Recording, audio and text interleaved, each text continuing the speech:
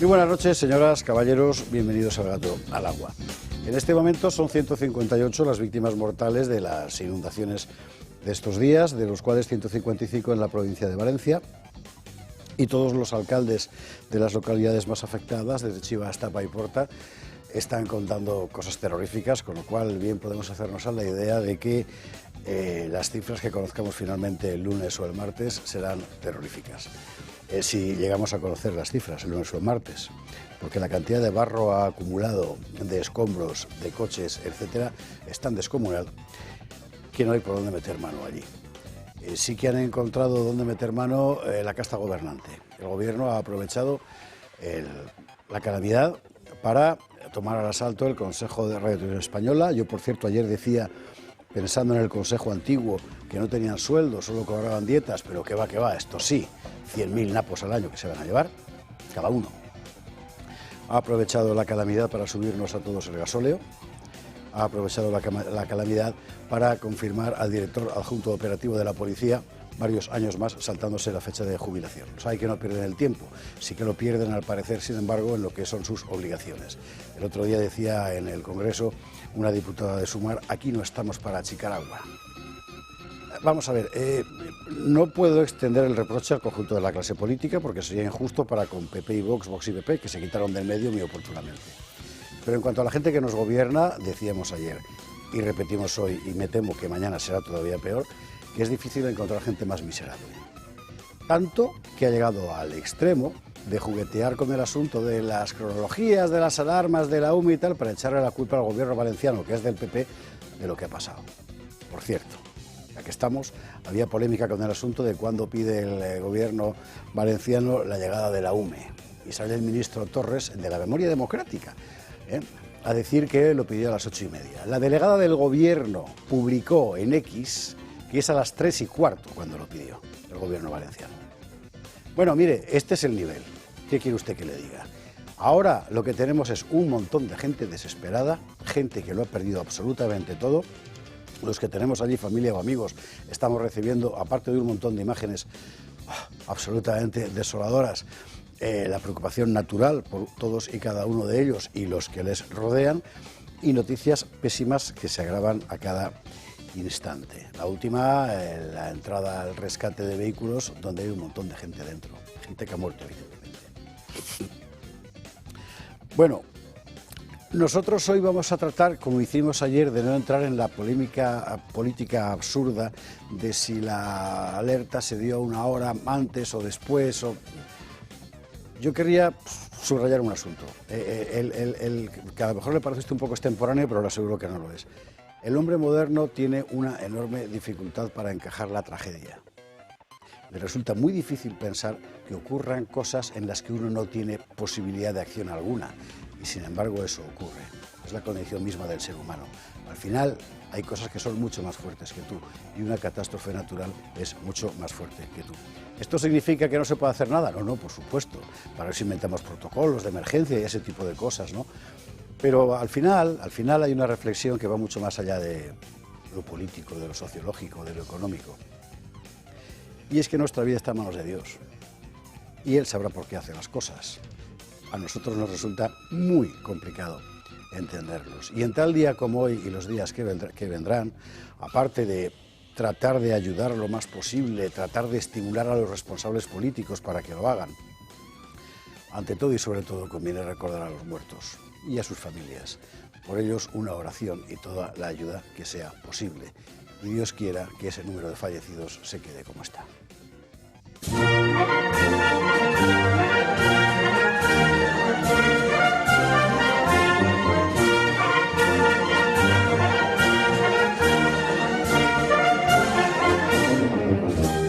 21:49, 20:49 en Canarias, y hoy, como usted ve, gato formato Húsares, porque mañana es festivo.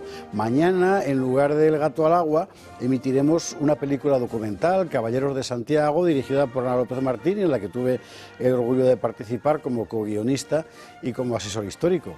Es una película sobre la Orden de Santiago, un documental, docuficción, ¿verdad?, sobre el asunto, que seguro que le va a encantar. Lo recordaremos hoy antes de despedirnos. De momento, y encima de la mesa, hoy en Húsares, en nuestra cantina de los Húsares, estos titulares. Tragedia en Valencia y la pregunta de si nuestros políticos están a la altura. A la altura moral ya hemos visto que no. Ahora hay que ver si están a la altura técnica, por lo menos. El mismo tipo que fue a Zaragoza en su día diciendo qué coño espera Rajoy para bajar al barro, ¿se acuerda usted? Pedro Sánchez, hoy ha anunciado todo su cariño a los valencianos y toda la ayuda inmediata, como en La Palma, ¿no? Bueno, mire, nos tememos lo peor. Aquí tampoco es cuestión de meterle a nadie el dedo en el ojo, pero el Estado está para estas cosas. Así que ya se pueden poner las pilas. Por lo demás, en la vida política nacional navegamos en plena putrefacción. Además de la cosa de RTV y todo lo que le he contado, oiga, lo del fiscal general es impresionante, es que no tiene vergüenza. Hoy no sé qué asociación, si la mayoritaria o la independiente, ha pedido que por lo menos le suspendan de empleo. Es que un señor al que le acaba de registrar a la Guardia Civil en el despacho con instrucciones de hacerle fotos si intenta destruir documentación, ese señor no puede ser fiscal general del Estado. A lo mejor en este Estado sí. Tirando un poco más de foco, vámonos a la cosa europea, porque en la Unión Europea han encargado un informe como el Draghi, pero a un señor finlandés, sobre defensa. Y una de sus conclusiones es que tenemos que volver a hacer la mili, además de acumular comida para 72 horas por lo que pueda pasar. Y es un buen debate, mire. ¿Tenemos que volver a hacer la mili? ¿Por qué? Objetivamente, es decir, bueno, lo veremos. Más amplio el foco todavía, nos iremos a los Estados Unidos. Además, la mesa hoy está llena de expertos, con lo cual, y tenemos a Antonio Muloni, que esta vez no se le ha roto el coche ni nada. Bueno, lo último que es, pues Trump recogiendo basura, esa basura blanca a la que como tal ha denominado nada menos que Biden. Y Kamala, mientras tanto, se hunde en el barro, porque lo de esta mujer es para no creérselo, cada vez que tiene que hablar por sí sola. Bueno, veremos la última hora de unas elecciones que con toda seguridad van a ser determinantes en el curso de la vida internacional. Y entre otras cosas, entrando en materia histórica, tal y como estaba anunciado, porque historia es ya, hablaremos del origen de la derecha española actual, Fraga, el patrón que decía Jorge Bastringe. ¿Quién? ¿Por qué? ¿Qué fue? ¿Qué significa? No es solo un político, es bastante más. Jesús Trillo, que acaba de publicar libro, Manuel Fraga, una biografía intelectual, estará con nosotros para estirar la figura de Manuel Fraga Iribarne.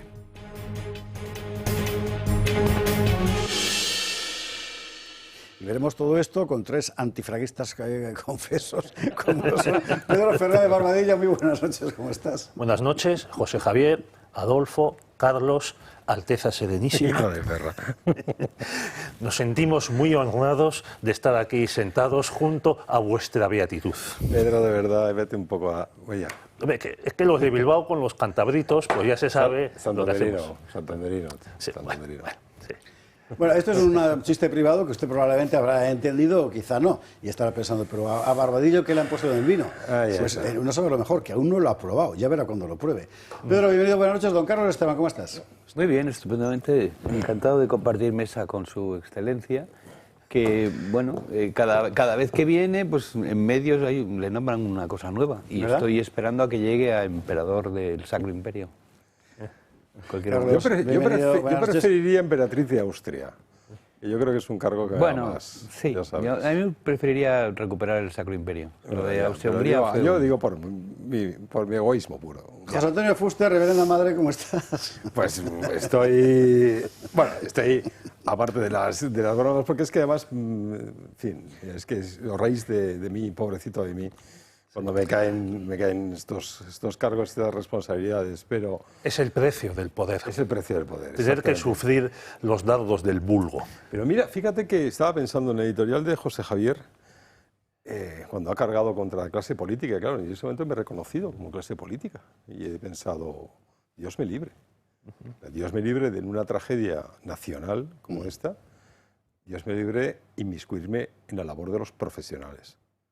Dios me libre de aparentar, Dios me libre de ponerme en una foto, Dios me libre Dios me libre de nada que no sea declarar el estado de emergencia, el estado de alarma, la que haga falta, y mandar a todo el ejército, a las Fuerzas Armadas, a rescate de nuestros compatriotas. Dios me libre de todo eso, y nada más. Eso es lo que he pensado, y he dicho, bueno, y por lo menos Pues bueno, alguna satisfacción me quedará esta semana. Digo, no sé, alguien que me regale un libro o algo parecido, porque si no... Pues sí, señor, un libro te va a caer. Mira, porque además, ¿sabe usted que ha salido ayer? Ayer ya está en kioscos, en librerías, en algún kiosco seguro que también, El jinete de luz, la historia de la batalla de Clavijo, contada por un servidor. Novela histórica, muy novela también, ¿eh? O sea, la cosa es trepidante, que quiere usted que le diga. Ah, que me dejé las pestañas para que fuera trepidante. Pero bueno, existió realmente esa batalla en la que el apóstol Santiago apareció a caballo cargando contra la morisma y resolviendo nada menos que el impuesto de 100 doncellas que nos querían poner los moros. Bueno, pues las respuestas... Aquí hago un spoiler. Aquí hago un spoiler. No, hagas el spoiler. ¿Tú lo has leído ya? Es verdad. A Carlos Esteban ya se lo ha leído. Con lo cual, en fin... Bueno... Yo se lo había pedido a los Reyes Magos, como digo, he empezado, como he sido un diputado muy bueno, portavoz nacional presidente y cosas así, pero vamos, ya puedo tachar de mi lista y muchísimas gracias, de verdad, me lo voy a leer, como me he leído todos tus libros, saben todos que en mi casa tengo una parte de biblioteca... La Val de Esparza. La Val de Esparza. Efectivamente. La Val de Esparza. En breve haremos una presentación, es posible incluso que la hagamos aquí en el programa, del libro con Iván Vélez y Marcelo Gullo y todos los que os queráis sumar, por cierto. Estaré encantado, pero déjame que me lo lea primero. Sí, señor. Porque Claro. si no es imposible presentar nada. Faltarán días. ¿Sabe usted que lo tiene? Pues en cualquier parte. En Amazon lo puede pedir, por supuesto, y en su librería habitual también, ¿eh? O sea que... Y qué portada, ¿eh? El jinete, y la portada preciosa, ¿verdad? Preciosa. Sí. Preciosa. El jinete de luz. Bueno, José Antonio. Elo, para ti. Oye, 1.000.000 de gracias, de verdad. Bueno, ahí estamos. Y mientras tanto, mientras esperamos a que venga Jesús Trillo, vamos a empezar por la cosa de Fraga, luego hablaremos de otras cosas, que es muy importante, ¿eh? Al PP ahora le resulta, yo lo entiendo, porque el PP se ha convertido en lo que se ha convertido, pero la figura de Fraga es determinante para entender lo mejor y lo peor de la derecha española en el último medio siglo, ¿no? Seguramente más tiempo, así que enseguida entraremos con ello. Antes... Don Adolfo Albisto, muy buenas noches, ¿cómo estás? Buenas noches, Esparza. Pues bueno, pues con pena de todo lo que ha ocurrido, como todos los españoles, ¿no? Y nuestra marca comercial, que es Protege tu vida, pero en estos casos, pues poco se puede hacer, ¿no? Ante estas circunstancias. Sí que tenemos muchos desfibriladores puestos por esa zona y ya los tenemos localizados y todos aquellos que les haya ocurrido algo, pues los vamos a cambiar sin coste ninguno, evidentemente, mira, está bien, para que las personas pues puedan tener protegido su corazón, ¿no? Y bueno, por hablar de ello, saber que ahora, en esta época donde empiezan las gripes, se multiplica por 6 las posibilidades de sobre todo las personas que tienen alguna patología cardíaca, ¿no? Entonces, pues bueno, es más que nunca es necesario estar cardioprotegidos. Nosotros no nos... Espera, que has dado por sabido algo que yo no sabía. La gripe multiplica por las posibilidades de la sí. gente que tiene, digamos, predisposición. Efectivamente. ¿Así? ¿Eh? Sí. Es un virus que es muy dañino para estas personas y que bueno, que normalmente se pasa de manera normal, pero para personas que tienen algún problema cardíaco, pues bueno, es bastante grave para ellos, ¿no?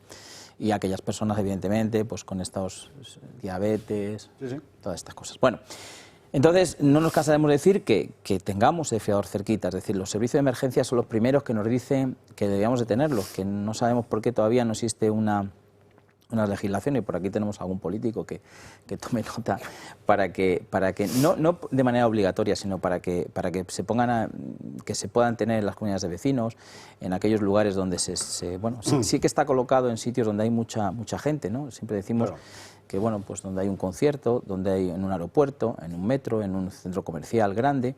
Pero bueno, hay muchísimos sitios que ocurre, que es el 80%, que es en nuestra casa, y que si lo tuviéramos cerquita en nuestra comunidad de vecinos, que nosotros lo colocamos con una vitrinita, que se abre, que se coge rápidamente, es decir, para que todos los vecinos están informados, porque se lo llevamos y se lo enseñamos, para que lo tengamos cerquita, porque si ocurre, pues esos 10 minutos o más que tarda el servicio de emergencia, podemos hacer algo. De la otra manera, pues lo más normal, en el 95% de los casos, es que la persona muera, ¿no? Porque cuando llegan ya no pueden hacer nada, ¿no? Entonces, bueno, pues realmente invitamos a que lo tengamos.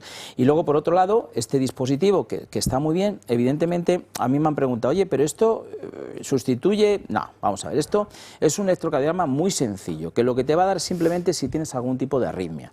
Si tienes algún tipo de arritmia, ya es cuando tienes que decirle al médico, oye, mira, que me ha dado arritmia. Entonces, mírame a fondo, porque una arritmia genera coágulo, ese coágulo puede ir al cerebro, al pulmón y hacer un estropicio, un ictus o lo que sea.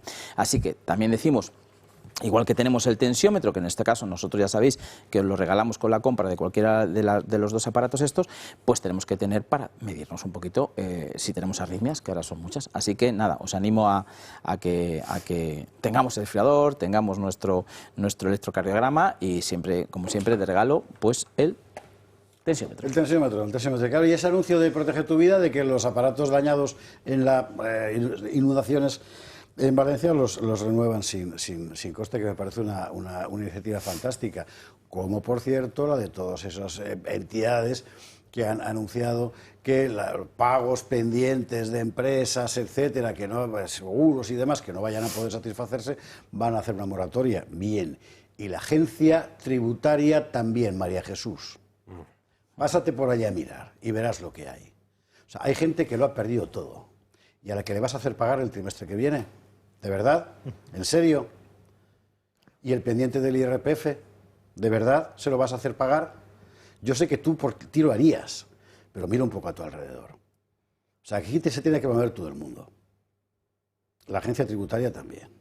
Como Protege tu Vida, 900-730-061. Ya sabe usted que si llama, ahora no le van a coger el teléfono, pero no hace falta que llame más porque su número queda registrado, ellos ven que usted ha llamado, por lo tanto le devuelven la llamada y usted ya pregunta todo, financiación, ellos van a colocarlo, el descuento que tienen por espectadores del Toro Televisión y todo lo demás. Adolfo, gracias mil. Gracias, Esparza. Vámonos a la publicidad y a la vuelta con nuestros usuarios de fondo y la generala de sintonía nos vamos a recibir a Jesús Trillo.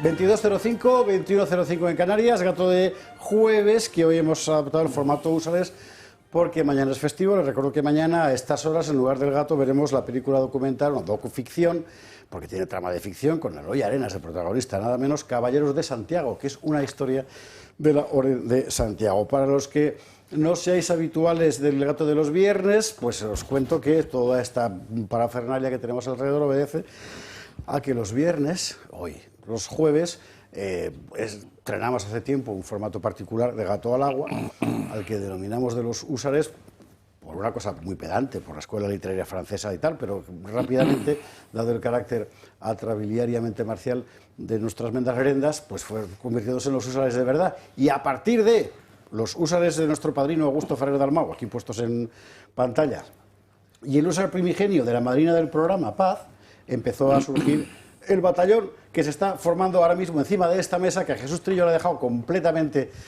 descabalado y cuyas últimas incorporaciones, digamos, y también más voluminosas son, por un lado, el Húsar alado, que nos ha mandado un espectador desde Polonia, desde Katowice concretamente, y esta figuración de un español de los tercios del siglo XVII, por el tipo de espada, Fran, escultor murciano, un auténtico artista, que nos fabricó eso y lo que sigue fabricando, porque atentos, que prepara exposición, que la va a hacer en Murcia en principio, una exposición donde yo ya he visto, por ejemplo, su reconstrucción del Conde Duque de Olivares, su reconstrucción de Felipe IV, y la verdad es que es un auténtico maestro. ¿Qué falta aquí? Bueno, pues que nos hagan un Fraga de Playmobil, pero esto no creo que vaya a ser posible en breve. Sí lo es en el libro y para nada de Playmobil. Lo contábamos el otro día en El Gato, Manuel Fraga, una biografía intelectual, lo acaba de editar en Secotia, abrazos Humberto, Jesús Trillo. Él ya empezó a hablar aquí, recuerde usted, de este libro hace unos meses, contando lo que estaba investigando, dio lugar a un encendido debate que hoy seguramente se prolongará, pero con la gran diferencia de que hoy tenemos ya el libro en la mano.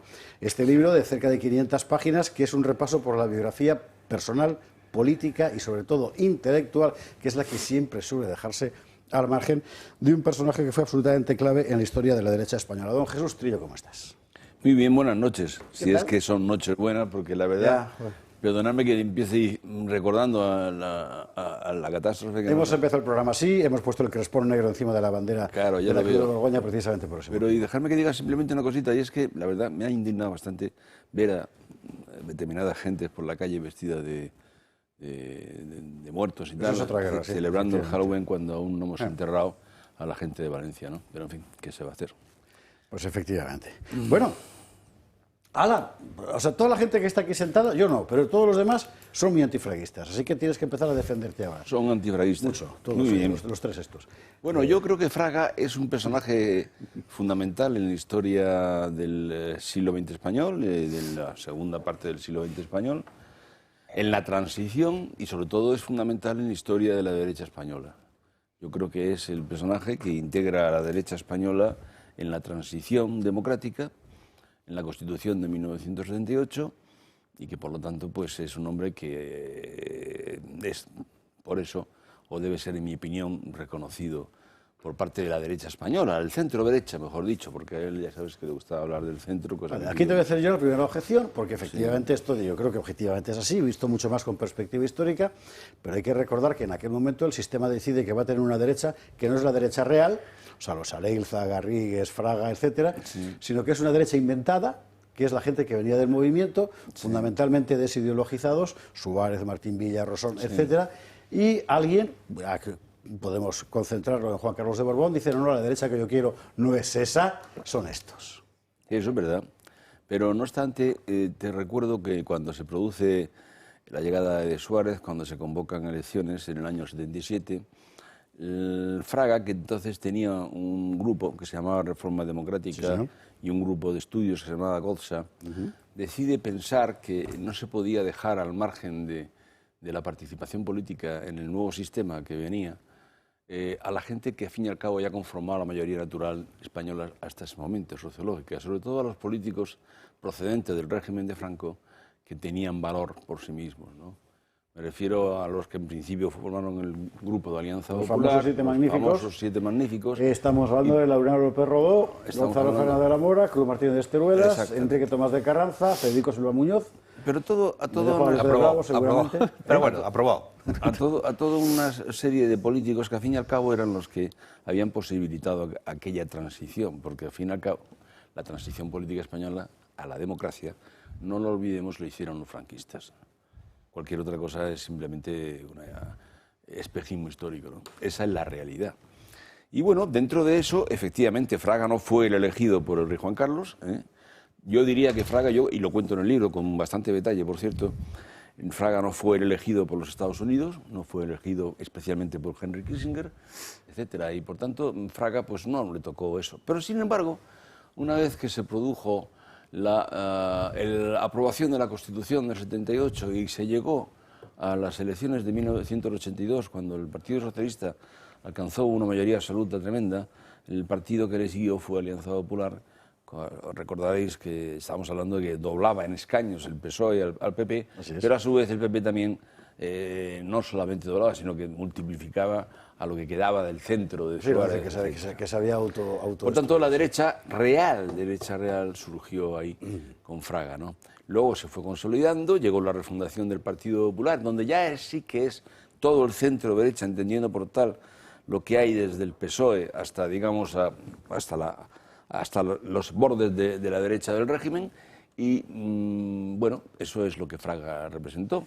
Yo os voy a proponer un juego maligno, que consiste en que preguntaros, o mejor dicho, Pedro, José Antonio, Carlos, le reprochéis a Jesús, puesto que Manuel Fraga no está, lo que tenéis contra él, y que tanto el reproche como la respuesta de Jesús trate de atenerse lo más posible, o de reconducirse lo más posible a la objetividad hacia su pensamiento, es decir, por qué, ¿no? Efectivamente. Podemos empezar por José Antonio Fuster, más que nada por el orden de depredación natural. De depredación natural. Eso también. Exactamente. No, Jesús, lo primero, que yo no soy antifraguista, es así un engaño de señor Espalda. No, y lo sabes. Ahora ya no. Lo sabes, además,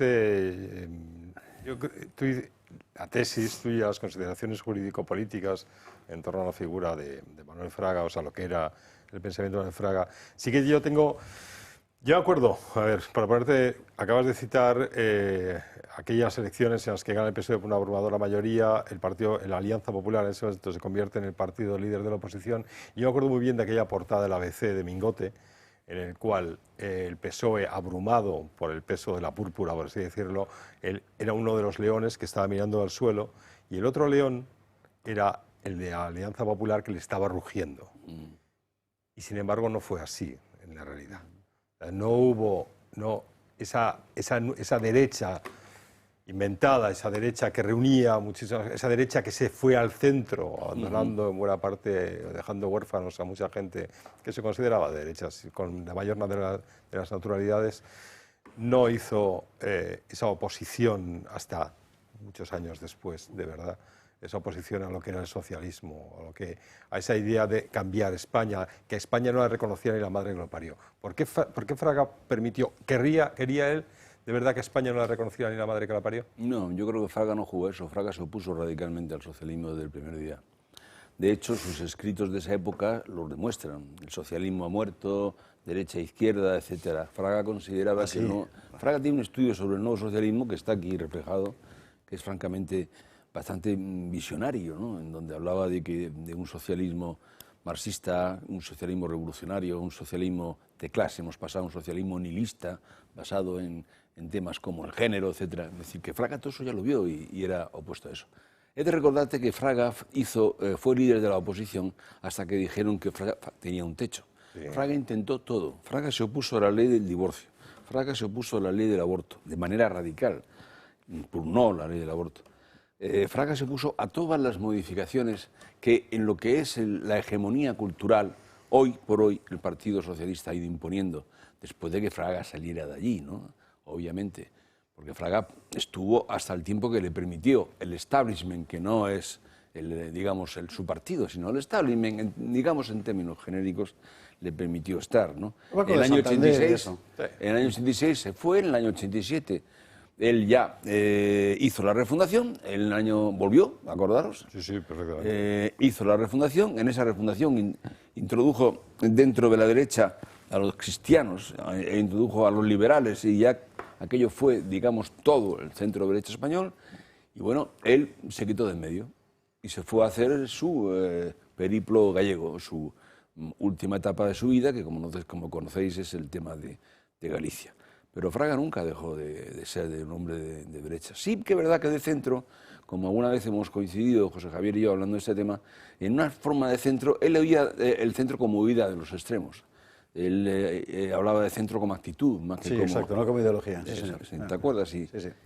Bueno, ¿qué quieres que te diga? Yo, por tanto, pues no creo que sea así. Te he de decir una cosa, José, tampoco he hecho yo una geografía de Fraga. Yo he tratado de hacer una biografía... Tampoco una biografía, porque dice una biografía intelectual. Término que le puso más Manolo Pimentel que yo, pero en fin. Yo me llamaba Manuel Fraga, Vida, Pensamiento, ¿cómo era? Fundamentos y Valores, pero aquello no parece que tuviera mucho marketing, ¿no? Y entonces él le puso un título más marketingiano y por eso salió esto. Y solamente una pregunta más antes de dejarle, por supuesto, la palabra a su excelencia aquí, derecha. Lo presentas que en la Razón, el próximo miércoles, creo que es a las 8 de la tarde. A las 7:30, 8 de la tarde, sí. 7:30, 8 de la tarde, sí. Intentaré ir, a ver si... Será un honor tenerte allí. ¿Te encontrarás a Feijóo? No lo sé. Feijóo porque es el que presenta el libro. ¿Presenta el libro don Alberto Núñez Feijóo? Y Feijóo prologa el libro. El prólogo de Feijóo es corto pero intenso. No creas que... Es más, te diré que yo... Le insistí, la primera vez que me lo encontré para hablándole de este tema, me dijo que él quería participar en él. Él se considera heredero de Fraga, y lo dice aquí, no crees que... Bueno, él, por otro lado, dice que con Fraga tiene... Hombre, que no en todo coincide con Fraga. Por ejemplo, en muchas de los valores, lo que llamo aquí valores y fundamentos, digamos, si quieres, de creencias, de filosofía, etcétera, pues no exactamente igual, ¿no? Pero sí dice que él, aparte de ser los dos gallegos y tener unas profundas raíces gallegas, etcétera, coinciden en muchas cosas y fundamentalmente en el realismo político. Su planteamiento de realismo político le gusta mucho, lo dice, lo cita. Claro, desde luego no coincidió en el voto en el 82 porque dice que votó a Felipe González, Alberto Núñez Feijóo, pero la pregunta no era esa, la pregunta yo eso ya no te lo puedo contar. Es una manera rara de admirar a Fraga. Es una manera rara de admirar a Fraga, vota a Felipe González, pero bueno, da igual, no era eso. La parte de cuando tú dices esa retirada que hace, esa retirada a Galicia, ¿él de verdad creía en el Estado de las Autonomías? Sí. Error. Sí. Él creía en el Estado de las Autonomías, pero de una manera... que solo él creía así. No. Él creía en el Estado de las Autonomías a la bávara.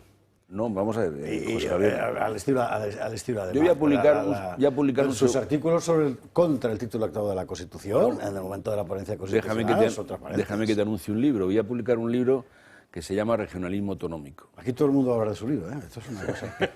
No, es una segunda parte de esta historia. Y se llama Regionalismo Autonómico, en el que exactamente nada más que me dedico al tema del regionalismo de Fraga. Fraga creyó siempre en el regionalismo, incluso en la época de Franco. Fraga tiene un libro que se llama Regiones y Europa, del año 61.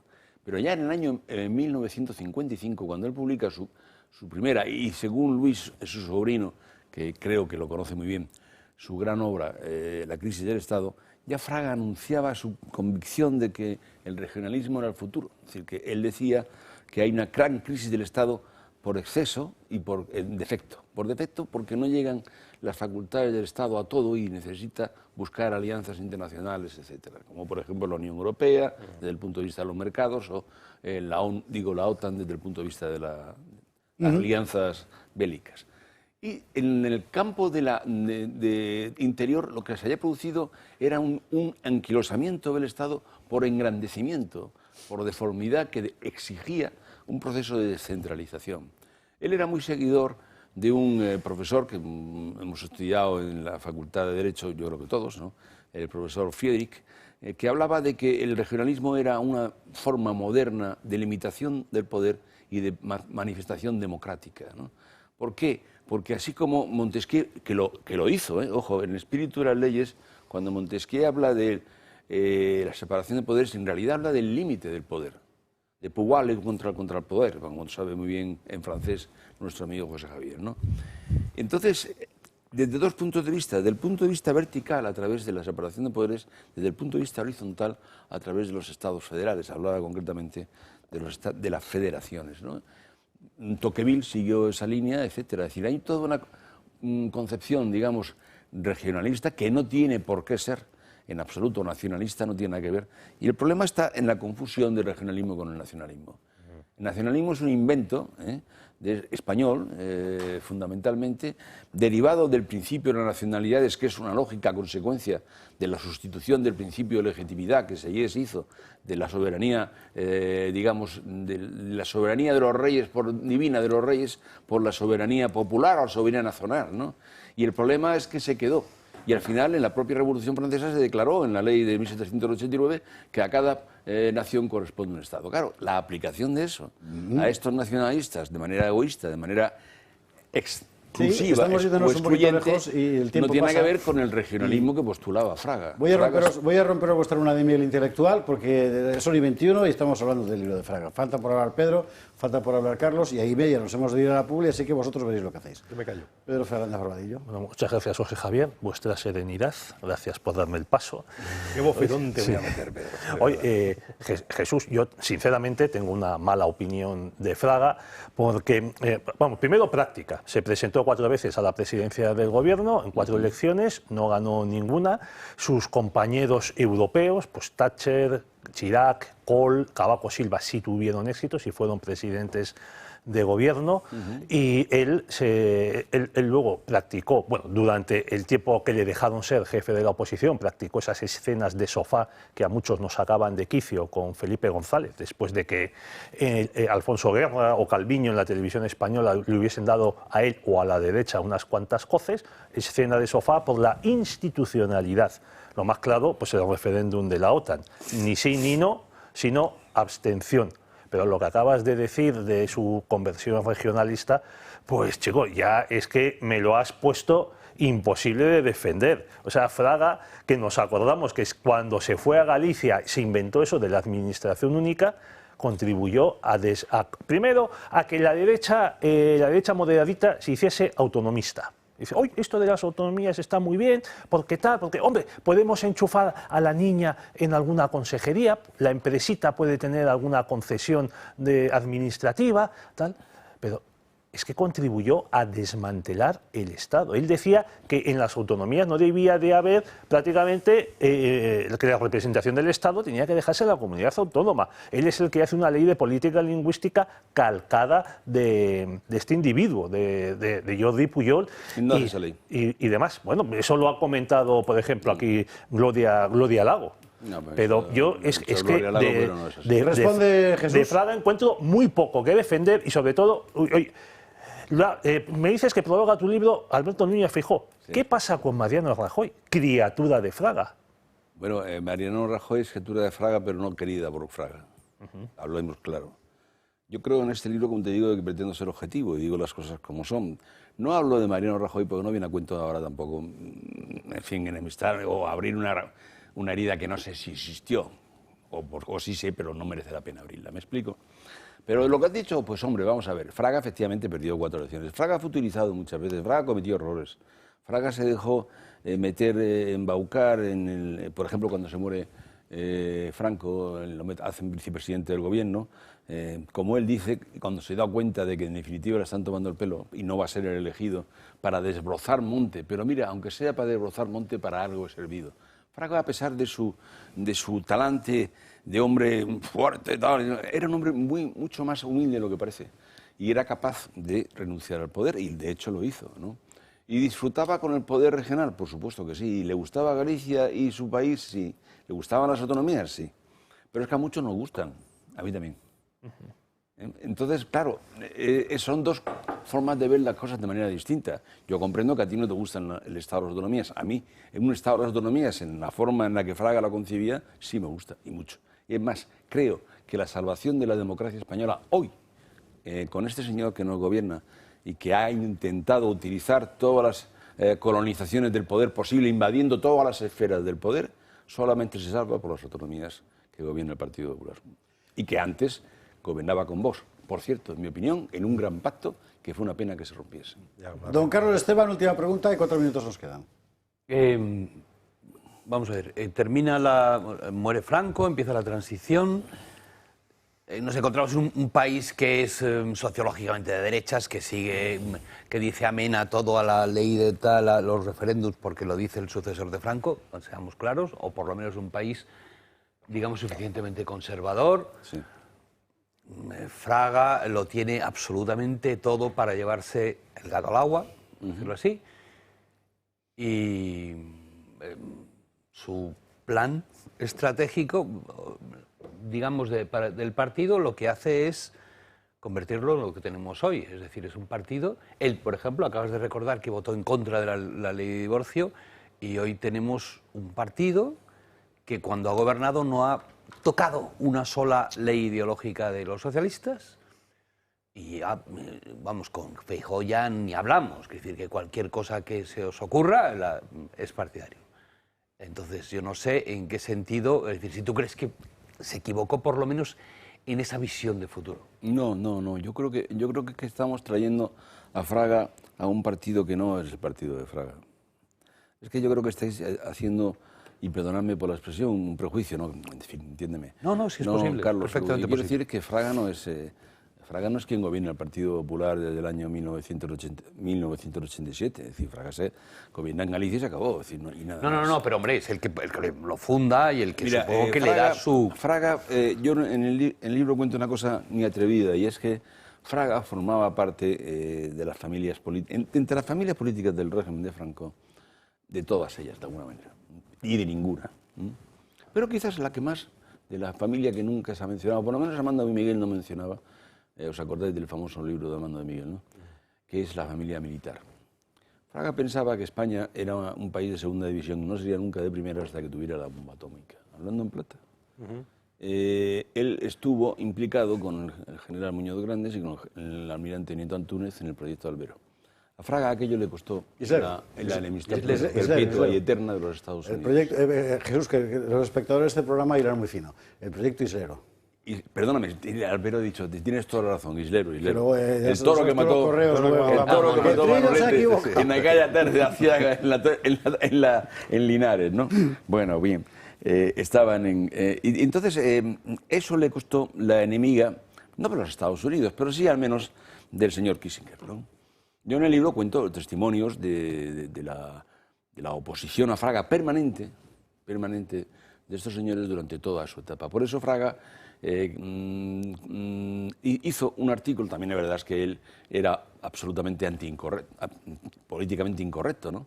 Entonces no se callaba una, tampoco se callaba esta. Hizo una cosa que se llamaba la doctrina Indianápolis, que significaba la independencia absoluta prácticamente de la influencia americana en España y tal igual. Con lo cual tampoco es que fuera él muy hacedor de grandes habilidades diplomáticas, a pesar de que era un diplomático y embajador de carrera, ¿no? Pero en fin, ¿qué quieres que te diga, Carlos? Eso es lo que pasa. Este hombre no es el que gobierna el Partido Popular hasta 1987. Después ya el Partido Popular es otra cosa. Y este último punto es enormemente interesante. Y es, por así decir, solo parte de lo que se ve cuando uno levanta un poquito de este libro de Jesús Trillo, Manuel Fraga, una biografía intelectual, que ha aparecido en Secotia y que ya nos anunció que tiene una segunda parte. Con lo cual, de verdad que, vamos a ver, es incomprensible la orfandad ideológica de la derecha presente si no se tiene en cuenta que la criatura que Fraga alumbró abjuró de él, que es la historia del Partido Popular. Hay que verlo y hay que leerlo. Jesús, gracias mil. Pues muchísimas gracias a vosotros por vuestra paciencia y amistad de siempre. Y hasta la próxima. Nosotros no nos vamos a la publi, no, porque nos iremos después. Lo que hay que contar es lo de Úrsula. Vamos a ver. Usted se acuerda que aquí contamos lo del informe Draghi, ¿no? Es decir, la Comisión Europea le encarga a un señor al que nadie ha elegido, Draghi, para que haga un informe sobre lo que Europa necesita. Bueno, por cierto, informe en muchos aspectos correcto y en otros aspectos intolerable, pero bueno, esto da igual. Le han encargado a otro señor sobre cuestiones de defensa. Un informe Draghi, pero sin Draghi. Se le han encargado concretamente creo recordar que es ex primer ministro finlandés, pero no recuerdo bien el cargo. El país seguro que sí. Sobre defensa. ¿Qué hacemos? Porque ahora resulta que tenemos una guerra, al parecer. ¿Y qué sugiere la Comisión Europea en este informe que ha encargado para que usted y yo estemos mejor defendidos? Informe Gutiérrez.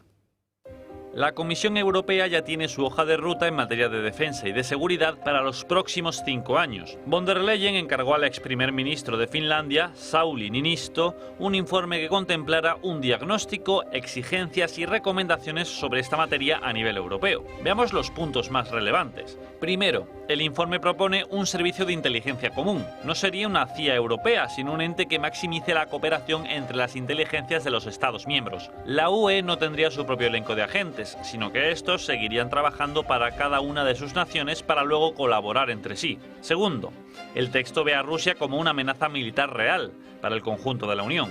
Por ello, cree conveniente que se estudie la posibilidad de reinstaurar el servicio militar obligatorio, una idea que ya aflora en países como Polonia o Alemania. La intención es prepararse para un potencial conflicto a escala continental. Tercero, en esta misma línea, pide que los Estados miembros conciencien a su población y la preparen para una eventual crisis por falta de servicios. La idea es dar directrices a la población sobre almacenamiento de bienes de primera necesidad, evacuaciones, acceso a servicios médicos o escolarización en situaciones de emergencia.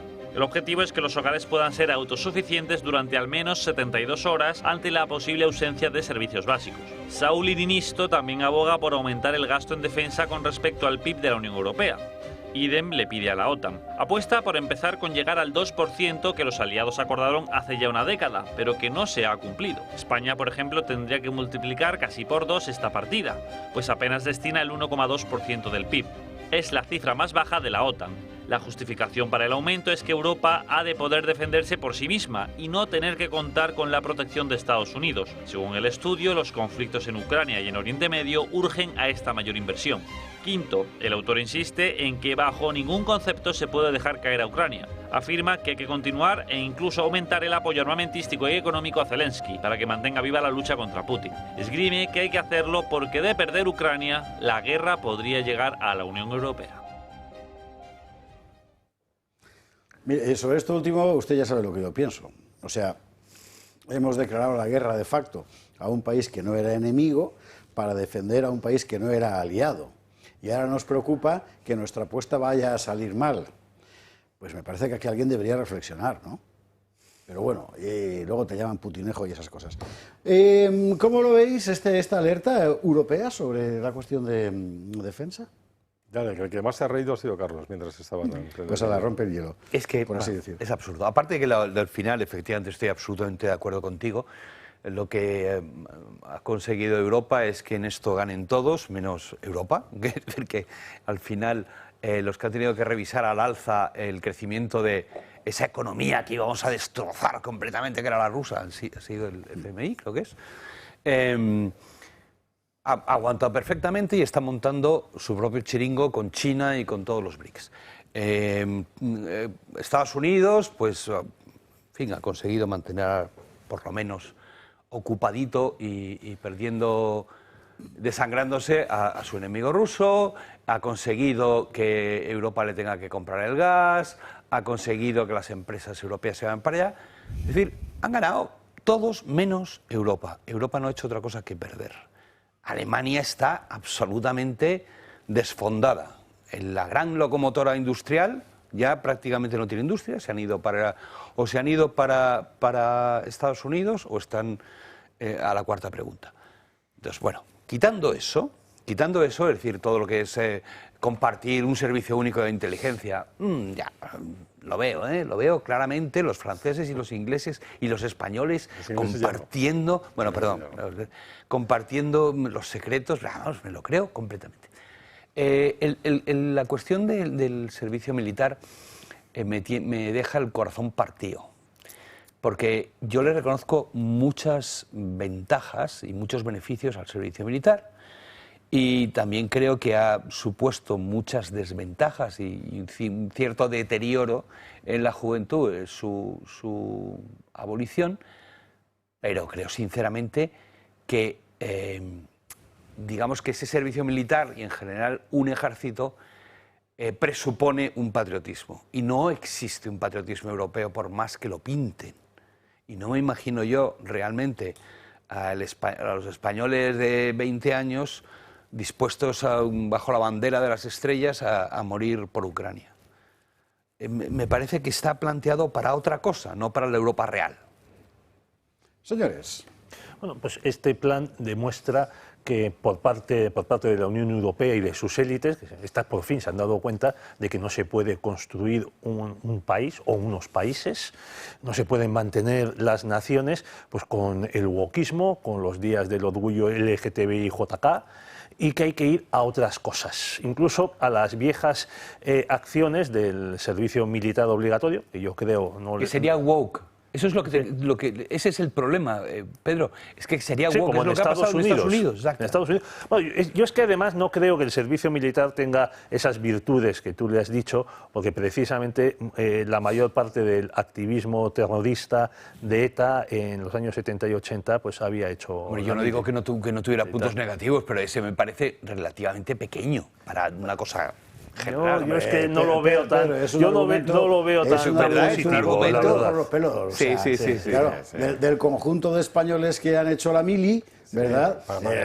ETA le decía a los suyos y de allí que se aprendiese a disparar. Claro. Pero creo que descalificar el servicio militar... No solo es por eso. O sea, el momento en el que los años en los que HB tuvo mayor porcentaje de voto eran años también de servicio militar obligatorio, de esa sociedad educada en la autoridad, en el respeto, en la bandera, en el bachillerato antiguo, etcétera. Yo no le veo tantos beneficios como vosotros le veis. Depende como todo cómo se hace. ¿Tú te das cuenta, Pedro, de que es un argumento absolutamente estrambótico? Bueno, es pues que perdone. Son los años en los que la gente iba a misa masivamente los domingos.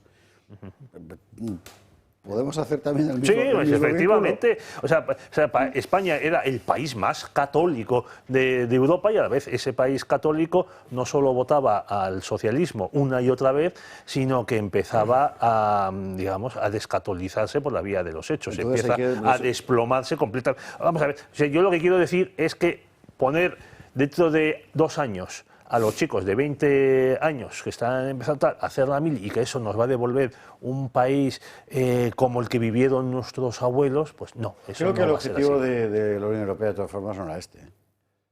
No es un país como el que vivieron nuestros abuelos, me temo que no, sino que es más bien el de acostumbrar a la población en general a la idea de que ellos tienen que asumir la defensa armada de un orden con el que yo tiendo a pensar como Carlos es muy difícil identificarse. Ya, pero, toda la vida por la patria, por Úrsula no, coño. Sí, sí. Pues el sistema métrico decimal, como decía la frase clásica de José Antonio.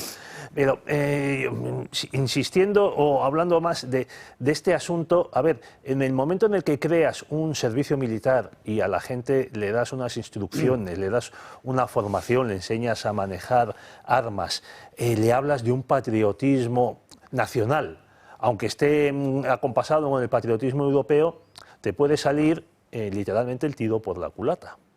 Por ejemplo, ahí tenemos el caso de Suiza. O sea, los suizos son uno de los pueblos más resistentes al wokismo, como están demostrando en los referendos que tienen sobre las mezquitas, sobre el dinero en metálico, etcétera, etcétera. También es uno de los pocos países occidentales que mantiene un servicio militar obligatorio y en el que la gente guarda el fusil en casa y periódicamente se somete a... Sí, pero es servicio militar permanente. Efectivamente, cosa que, por ejemplo, en España jamás se hizo. Acababas la mili, pasabas a una reserva que te podía movilizar en cualquier momento, hasta, no sé si eran los 30, los 35 años, 35, eso jamás se hizo. Eso también indica cómo se tomaban en serio en defensa el ejército. José Antonio. Me voy a separar. Bueno, me consta que de esta mesa soldados solo hemos sido tú y yo. ¿Eso es verdad? ¿Qué me dices? ¿No habéis hecho la mili? No. Entonces, ¿qué estáis hablando? Pero estoy hablando objetivamente de lo que creo, no de lo que me gusta o reflejar mi biografía. No, hombre, que se puede, que sí que es una broma, hombre, que se puede hablar perfectamente sin haber hecho la mili. A la orden de Usía. Lo que pasa es... No, yo fui cabo. Llegué a cabo. Es una cosa terrible. Ya sabemos como quién. Ya, eso sí, con el pequeño. Bueno, ya, bien. Cabo Bohemio.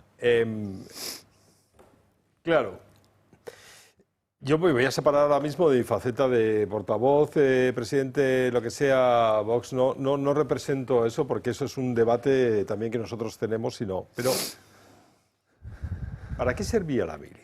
¿Para qué? Porque a mí no me enseñaron patriotismo en la mili. No tengo ese recuerdo. No me inculcaron ningún tipo de sentimiento patriótico o tal, más allá de los jueves estos que hacíamos los jueves militares, de homenaje a los caídos. Que el viernes. El tío de viernes, el mío jueves, mira qué bonito. ¿Tú dónde lo hiciste? Yo en el aire. En la brigada de infantería mecanizada número 11. Vale. ¿De la Brunete? Yo en el grupo de Guardia General de Mando de Combate, pero bueno, ya estamos. Dices tú de mili, como lo de José Mota. Entonces, ¿pero qué me enseñaron? ¿Qué es lo que yo noté? Porque yo fui voluntario. O sea, voluntario me refiero porque quería quedarme en Madrid, no, me tocó León, no, me apetecía, me fui voluntario, hice más mili de lo normal. ¿Pero qué me enseñaron?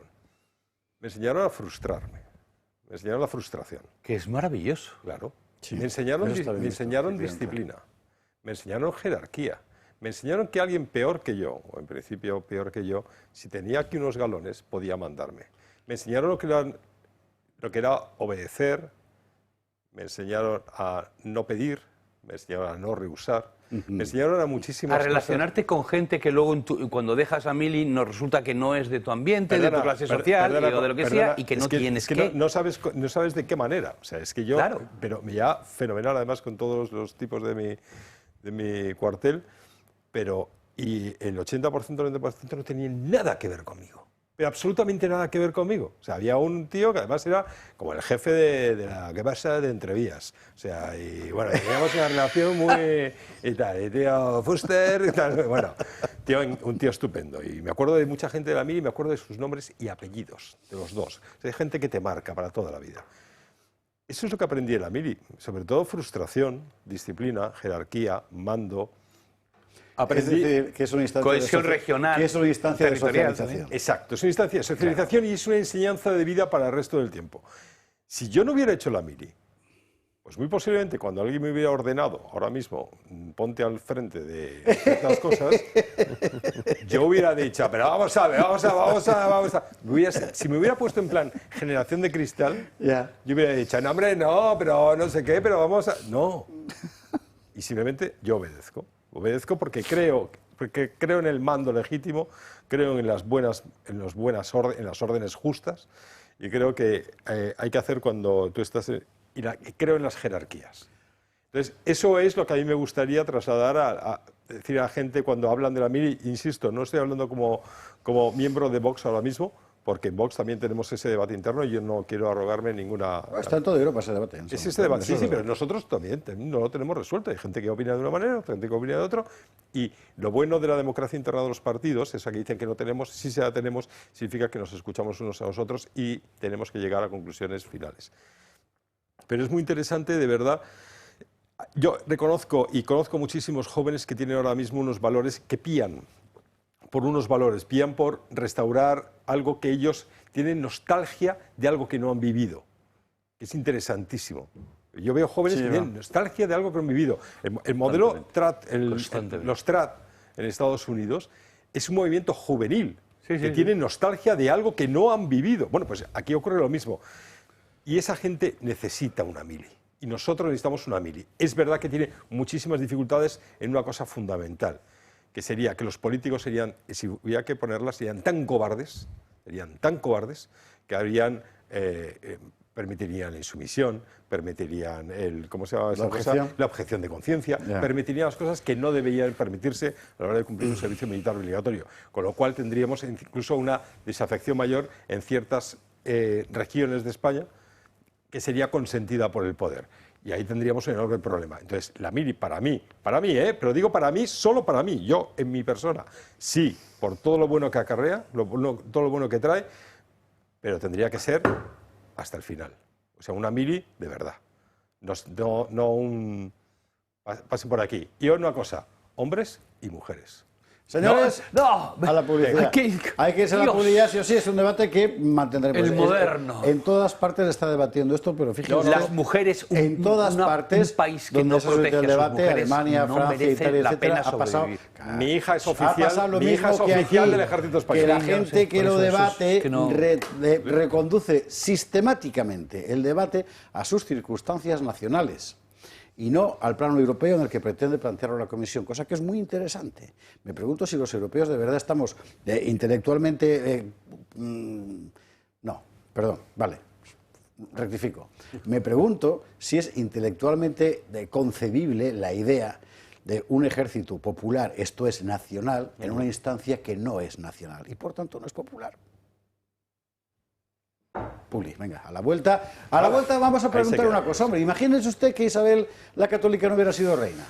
Sabe usted que ya llega la corona porque a su hermano lo matan, etcétera, o lo matan o se muere, en fin, seguramente lo matan, y si no hubiera pasado, ¿qué? Bueno, enseguida. 22.51, 22.50, perdón, 21.51 en Canarias, ya casi 52. Nosotros vamos a seguir, vamos a hacerlo como usted sabe con el vino que patrocina este programa.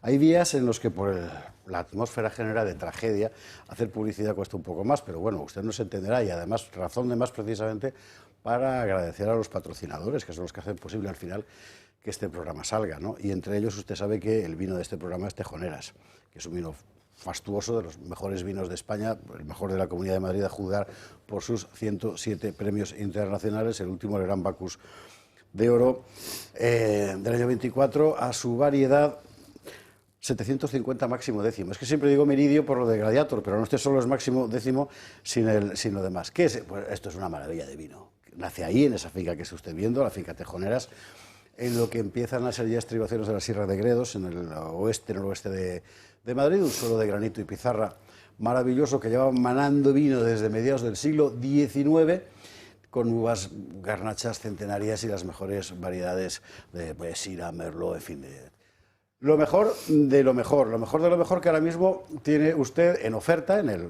pack Tejoneras, que consta de 3 botellas de vino Tejoneras Reserva 2015 y 9 botellas de vino de la Gran Crianza de 2021, más 2 copas serigrafiadas Tejoneras, todo por 99 euros, que significa un ahorro del 30% respecto a lo que usted encontraría en el mercado. Además, durante estos meses, de esos 99 euros, Tejoneras está dedicando 5 a la Fundación Madrina para refugiados de guerra de verdad, o sea, madres gestantes y niños de Ucrania, que vienen para acá y hay que darles material escolar y esas cosas. Y yo supongo que ahora, además, que ha empezado la campaña de Fundación Madrina con el tema de Valencia, pues irán para allá. Esto en todo caso lo decidirán Tejoneras. ¿Dónde puede usted encontrar esto? Pues lo puede encontrar en toda España, en el Corte Inglés, y en Madrid, además de en el Corte Inglés, en Alcampo, Carrefour, Sánchez Romero, Distribuciones Adán y Bodegas Bordone, que está en la calle Azcona, número 13, Tejoneras, que es el vino que tenemos en la mesa y que nosotros vamos a saborear de inmediato. De lo que nos está preocupando a todos, lo de Valencia, ¿qué es lo último? La cifra de víctimas mortales en principio no se mueve, ya le hemos dicho que todos nos tememos lo peor, y en este momento lo que necesitan es brazos. La última hora es que parece ser que, además de los efectivos militares comprometidos, empiezan a moverse más, porque Valencia ha pedido brazos, el Ejército quiere mandarlos, el Ministerio de Defensa estaba, bueno, que si la UME y tal, algún efectivo más, la Confederación Federal de Policía, creo que se llama así este sindicato, le ha dicho a Marlaska que a qué carajo está esperando, que ellos tienen centenares de voluntarios que quieren ir todos a Valencia, porque entre otras cosas, como usted bien sabe, uno de los problemas ha sido el de que ha empezado el saqueo, ¿verdad?, en comercios, y Marlaska, hasta donde sabemos, está a lo suyo, ¿no? También se está rumoreando que ya hay orden de movilización en diferentes unidades militares para marcharse para allá porque el trabajo es ingente. Hay alcaldes que parecen haber despertado hoy y se han enterado de lo que ha pasado en su pueblo. No señalaré a nadie de momento, ya cuando pase todo ya veremos alguno, ¿verdad? Y de momento hacen falta palas, por ejemplo, porque no se puede ni imaginar lo que hay que mover en lugares como Chiva, Carlet, Alfafar, en fin, terrorífico. Hacen falta brazos y hacen falta palas y que se lleve comida y agua, porque no hay en muchos lugares cómo encontrar agua potable. En algunos lugares había bombas, pero como ha sido la luz no funcionan. Bueno, en fin, todo lo que sea posible y también de paso le digo, si usted quiere dar, y todos los españoles en esto siempre hemos sido muy generosos, dé solo en aquellas firmas que a usted le ofrezcan garantía personal. Gente a la que usted conozca, asociaciones a las que usted conozca. Aquí hemos hablado de varias, acabo de citar Madrina, ayer era Revuelta, la que sea, da igual. Pero no entre, por favor, en cadenas de estas que aparecen en el WhatsApp. No. Porque eso huele fatal. Bueno, vamos donde estábamos. Usted sabe que hay una figura en la historia de España muy interesante, que además siempre ha pasado con mala fama, el pobre, Enrique IV, mal llamado el Impotente. ¿Se acuerda usted de la...? Bueno, ahora veremos si me lo bien. Ahora veremos si me lo bien. Ahora veremos si me lo bien. Usted sabe que la cosa, Isabel la Católica, la Juana la Beltraneja, que si hay la guerra civil, sitúese. El siglo XIV ha sido uno de los siglos más negros de la historia de Europa. Primero la peste, que en la Corona de Aragón se lleva más de un 30% de la población y en Castilla un 20 y tantos. En el resto de Europa, terrorífico. Además, insisto, siglo XIV, un cambio climático. Mire usted por dónde, empieza la pequeña edad de hielo y hace mucho frío. Y el las cosechas empiezan a escasear. Además, exactamente, los cismas religiosos. Cuando vienen maldadas, ¿qué pasa? La lucha por la supervivencia. Los más fuertes contra los más débiles, claro. ¿Quiénes eran los más fuertes? Los nobles. El mundo se feudaliza a toda velocidad. Las grandes casas empiezan a adquirir un poder tremendo en toda Europa y también en las coronas españolas que, comparativamente con otras coronas europeas, pues siempre habían tenido un poder menor respecto a las ciudades y tal, ¿no? Y cambia enteramente el mapa político. Ahora sitúese guerras civiles, problemas serios desde el punto de vista económico, y un rey que se llama Enrique, que va a ser el cuarto de Castilla, con un problema terrorífico. Tiene que gobernar un reino muy pujante que ha establecido relaciones con Inglaterra, con Flandes, con el comercio de paños. O sea, la cosa estaba funcionando, ¿verdad? Pero con un caos debajo de su cetro formidable. Ese es el monarca al que retrata José María Neila en el libro Enrique IV. Muy buenas noches, ¿qué tal estás? Buenas noches, ¿cómo estáis? He hecho una pintura, creo que no demasiado exagerada, de lo que era la España de principio del siglo XV, que es cuando este caballero nace. Realmente el trasiego viene desde el fin de la Edad Media al comienzo de la moderna. Es precisamente justo el reinado de Enrique IV. Nace en 1425 y muere en 1474. Y reina desde 1454, es decir, que son 20 años de reinado. Que no son pocos para la época, que no son pocos, y es un rey con un carácter pusilánime, no decidido, pero sin embargo con grandes brotes, es decir, es de los que son tranquilos, no les importa lo que ocurre hasta que de repente explota, y cuando explota, explota de verdad.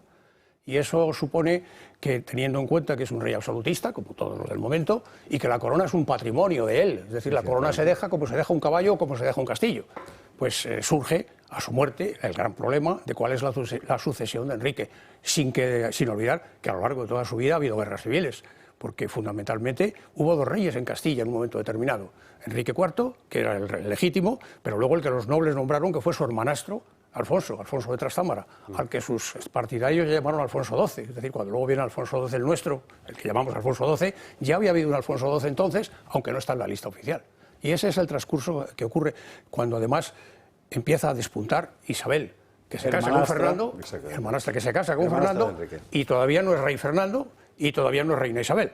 Y la oposición entre Enrique y su hermana es grande, porque, y aquí viene la interrogación, ¿era Juana la Beltraneja hija del rey? Porque de la reina lo era, pero lo era del rey. Esa es la gran incógnita. Y por medio de un chiquillo que se llama Alfonso, que es el que habría heredado en su caso, que era el hermanastro de Enrique y hermano de Isabel, y que muere a los 15 años, seguramente envenenado. A los 15 años, posiblemente con una trucha, con la comida de una trucha.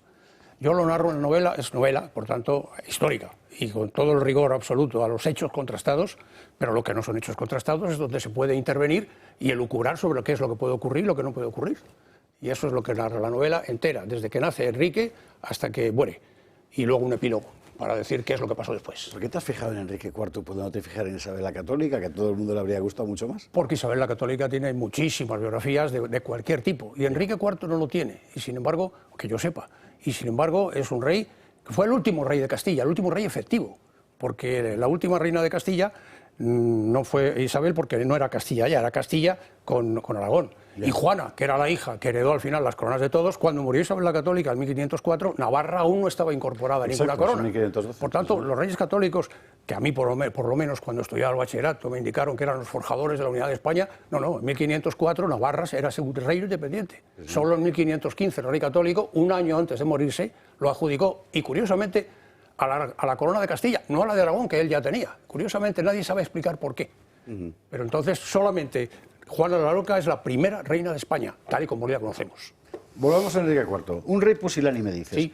¿Es posible reconstruir ese carácter hablando de una persona del siglo XV? Quiero decir que al final los testimonios que tenemos inevitablemente vienen más o menos deformados, y por otra parte sabemos que por la estructura política en la que el poder público estaba enteramente coartado por la potencia de los poderes privados nobiliarios, igual que hoy por los poderes financieros.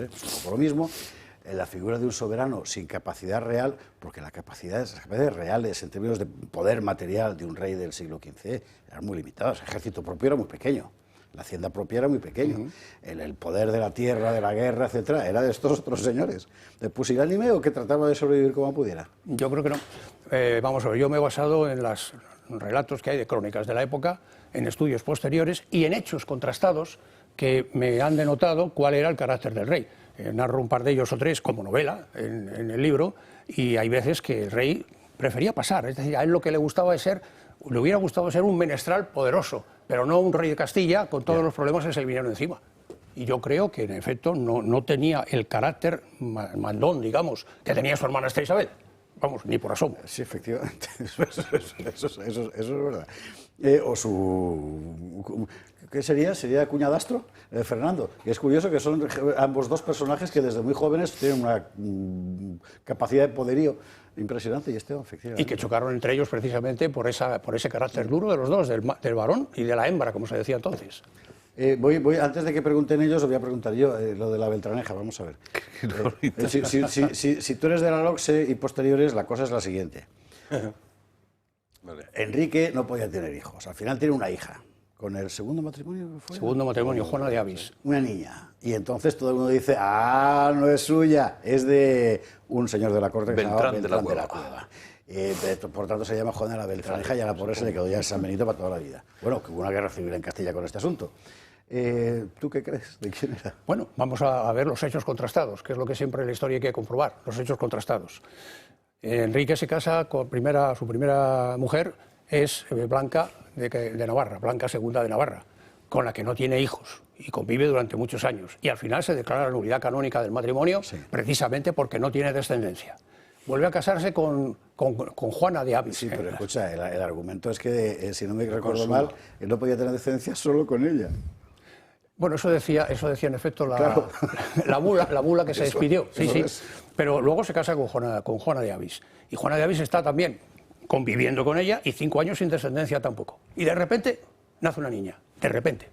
Y además, las condiciones por las que se le había permitido al rey, en esa bula canónica, casarse en segundas nupcias, era que si a los 5 años no tenían un heredero, el matrimonio sería nulo. Esa es una de las razones que argumentaban los contrarios a Juana la Beltraneja. Hay otras, y otras a favor. Pero esos son los antecedentes. De modo que tuvo una hija, de 2 maneras pudo tenerla, y lo narro en la novela, y no lo quiero desvelar aquí porque es precisamente una de las intríngulis de la novela. Dejemos ahí.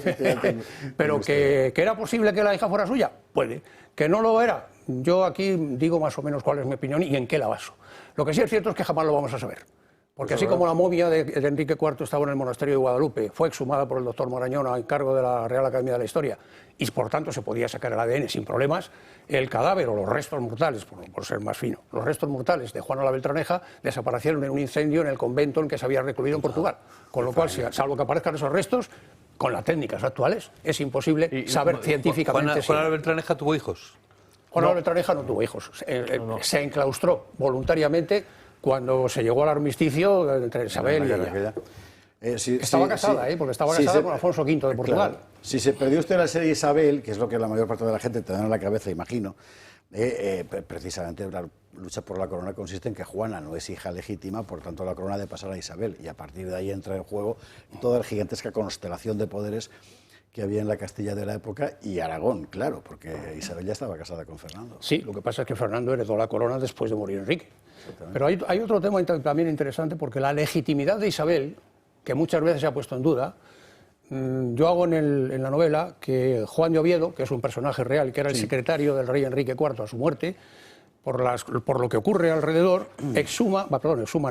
trae todas las actas de corte, los cuadernos de corte se llamaban, para ver en qué actas de corte se había hablado de la sucesión a la corona, por lo que decimos que el rey disponía de su reino como disponía de un caballo. Y bueno, pues ahí está explicado qué es lo que dicen las actas, y el lector puede comprobarlo después, porque hay varios argumentos. Ya sabemos dónde están guardadas las actas de Juan de Oviedo, en el libro de José Bereniga. Pedro José Antonio. Sí, bueno, Enrique IV pues, es conocido en la historia de España pues, por ese mote, el impotente, y también por la famosa farsa de Ávila, donde le destituyen unos nobles en efigie. La verdad es que este señor pues, aguantaba de todo, era una especie de marido consentido. La verdad es que a mí me da la impresión de que al desaparecer de la historia, como el caso de Felipe el Hermoso, nos hizo un favor a todos. Oh, pobrecito. Pues hombre, qué cosas. De aquí al siglo XV es difícil saberlo, pero lo que sí es cierto es que, como digo aquí en esta frase, ni siquiera con tu muerte pudo serenarse el reino, porque provocó una guerra civil, otra nueva guerra civil. Otra guerra civil, sí señor. Que ya los linajes estaban muy crecidos y no querían ser sometidos. Ahí sí que luego intervinieron los reyes católicos en precisamente rebajar esos humos a los linajes de nobles. Sí, y cuando murió Isabel, otra vez se levantaron contra el reino, bueno, en este caso contra el rey Fernando, que era gobernador, y pactaron con Felipe el Hermoso, salvo la Casa de Alba. Esto es muy importante tenerlo presente para entender la situación contemporánea, no solo la medieval.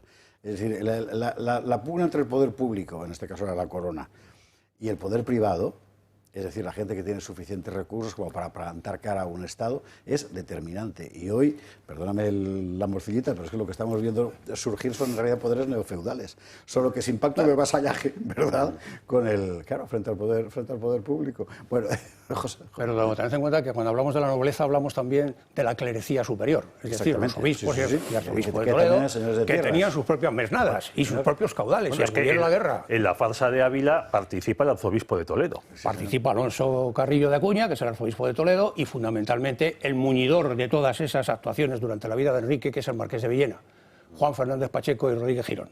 Es el muñidor de todas las actuaciones. Y un dato más del carácter pusilánime del rey es que tuvo varios validos, es decir, él descansaba en otro. Fue el marqués de Villena, el más importante, pero también estuvo Lucas de Iranzo, el propio Beltrán de la Cueva. Claro, descansaba mucho. José Antonio. Descansaba mucho en otros. O sea, hay que decir que cuando yo, la primera vez que leí algo sobre Enrique IV, bueno, no sé yo, en el siglo pasado, muy en el siglo pasado, mucho antes. Y me acuerdo que me encontré con el retrato de un hombre, como yo creo que usted ha dicho, perfectamente pusilánime, pero también como lo como describían las crónicas de reyes de aquella época, o sea, como afeminado. Eso no está demostrado. No, no es que estuviera demostrado, digo que las crónicas lo describían así, afeminado, dado los vicios, homosexual, cosas así. Bueno, es lo que decían las crónicas, chicos. Y a mí lo que me sorprendió, cuando yo leí eso, digo para... Si me enseñas una crónica que pusiera homosexual... No, pero... ya sabes lo que quiere decir. Y sabes cómo lo decían en aquel tiempo. Pero a mí lo que me sorprendió es que cuando yo lo leí, dije, ¿y este hombre cómo aguantó 20 años? Es ahí donde... Pues descansando en otros. Ya, pero mucho descansaba para aguantar 20 años, porque en aquello, además, sin heredero, o sea, sin la sucesión, todos con los... Se sabía y se comentaba, todo era chisme, rumor y maledicencia en la corte sobre la capacidad sexual de Enrique IV y sobre lo que le gustaba hacer y lo que no le gustaba hacer y las cánulas que utilizaba. Todas esas cosas que... ¿Y cómo aguantó?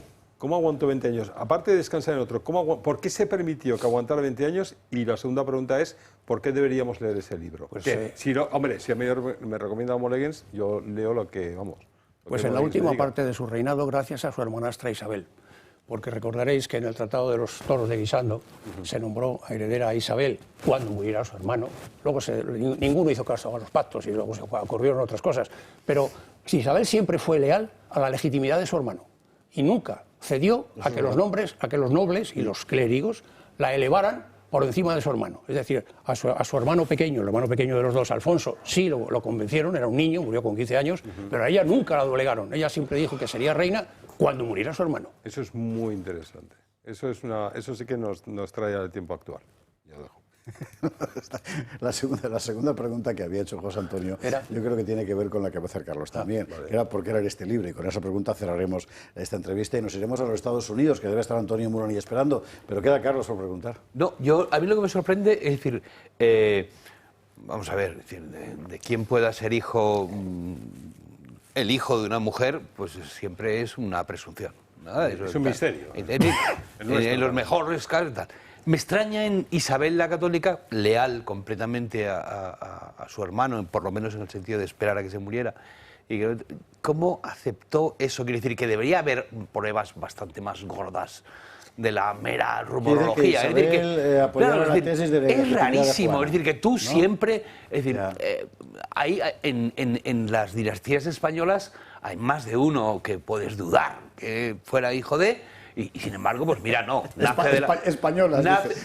Bueno, de todo el mundo. Es decir, Alfonso XII. Tú puedes dudar y tal. Oye, ¿cómo se parece a fulanito? ¿Cómo se parece a fulanito? Pero no, pues admites. No, lo siento, pero ha nacido de esta mujer que está casada. Isabel lo sabía. ¿Y tal? Isabel lo sabía que estaba ahí. ¿O qué? Que conteste José María. Perdóname, pero creo que no es así. Isabel nunca estuvo a favor de Juana la Beltraneja. Isabel siempre ha creído... Que era su hijada. Lo que no sé es si en su fuero interno que lo creía o no, porque yo no estaba allí. Pero ella siempre ha defendido que Juana la Beltraneja no era hija legítima de su hermano. Claro, eso hay que tener pruebas. No, la prueba sería al revés, porque ¿cómo demuestras que es el padre? Tú dices que es el padre, el otro dice que no es el padre. Porque eso, pero es que no tienes que demostrar, precisamente es una presunción legal la que se da. Está analizado también precisamente en base a cómo estaban entonces las partidas de Alfonso X el Sabio, regulando esas partidas. Lo que pasa es que está todo novelado, es decir, estamos hablando ahora de un ensayo histórico, no es la novela, todo eso está contenido en la novela, pero en forma de novela. Porque hay muchos personajes ficticios y el protagonista es uno que en la novela hago que nazca el mismo día, mes y año que Enrique IV. Es un buen recurso, está muy bien pensado. Pero en todo caso, lo mollar de la pregunta de Carlos, es decir, realmente Isabel estaba convencida de que Juana era ilegítima. Y si va a las armas es porque estaba convencida de esa ilegitimidad. Claro. Además de otras razones legales que también están puestas en el libro. Además de otras razones. Las actas de cortes de Juan de Oviedo. Tú estás desquiciado, porque tú piensas es que... ¿Cómo lo sabía? Igual que Colón sabía que había tierra al alcance de Carabela. Pero no es lo mismo. Luego al final, pero Colón llegó.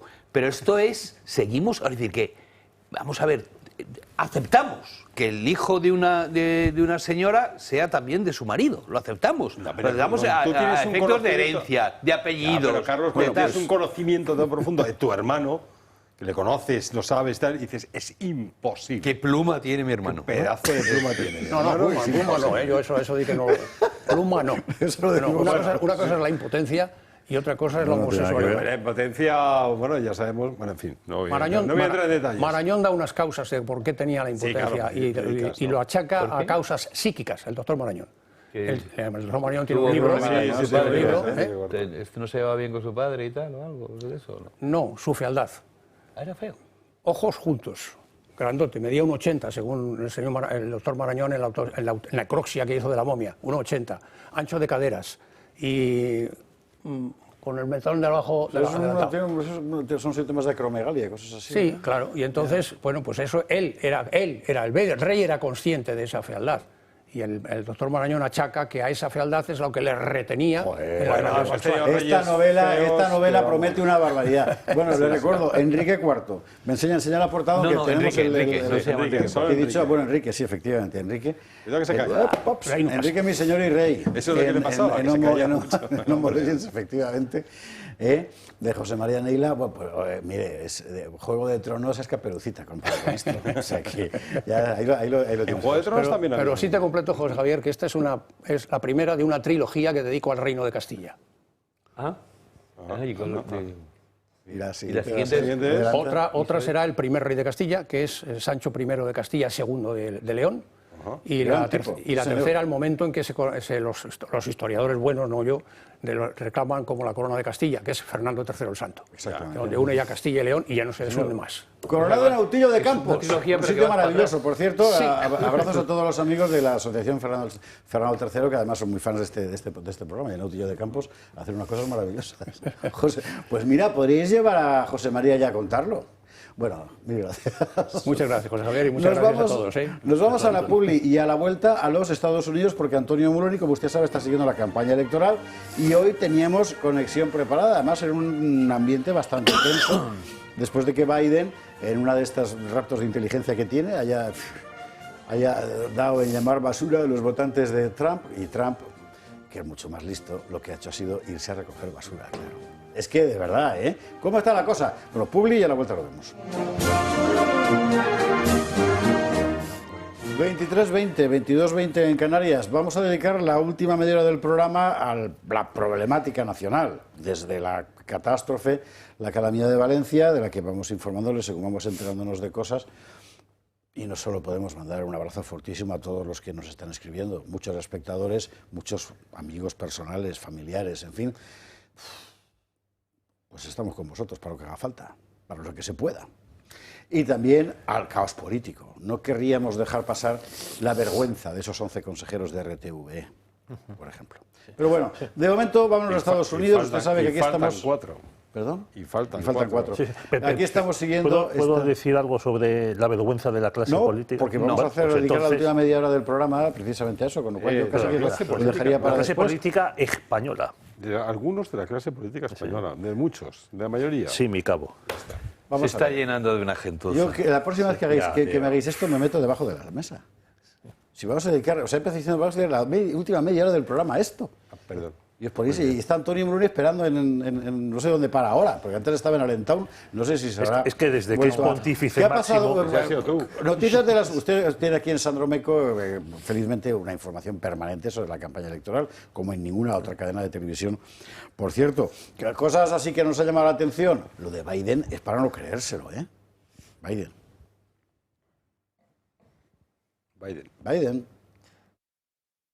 Ese no es el Puerto Rico que yo conozco, el Puerto Rico que conoce mi estado de Delaware. Se trata de gente buena, decente y honorable. La única basura que hay son los votantes de Trump. La demonización de los latinos es una inconsciencia.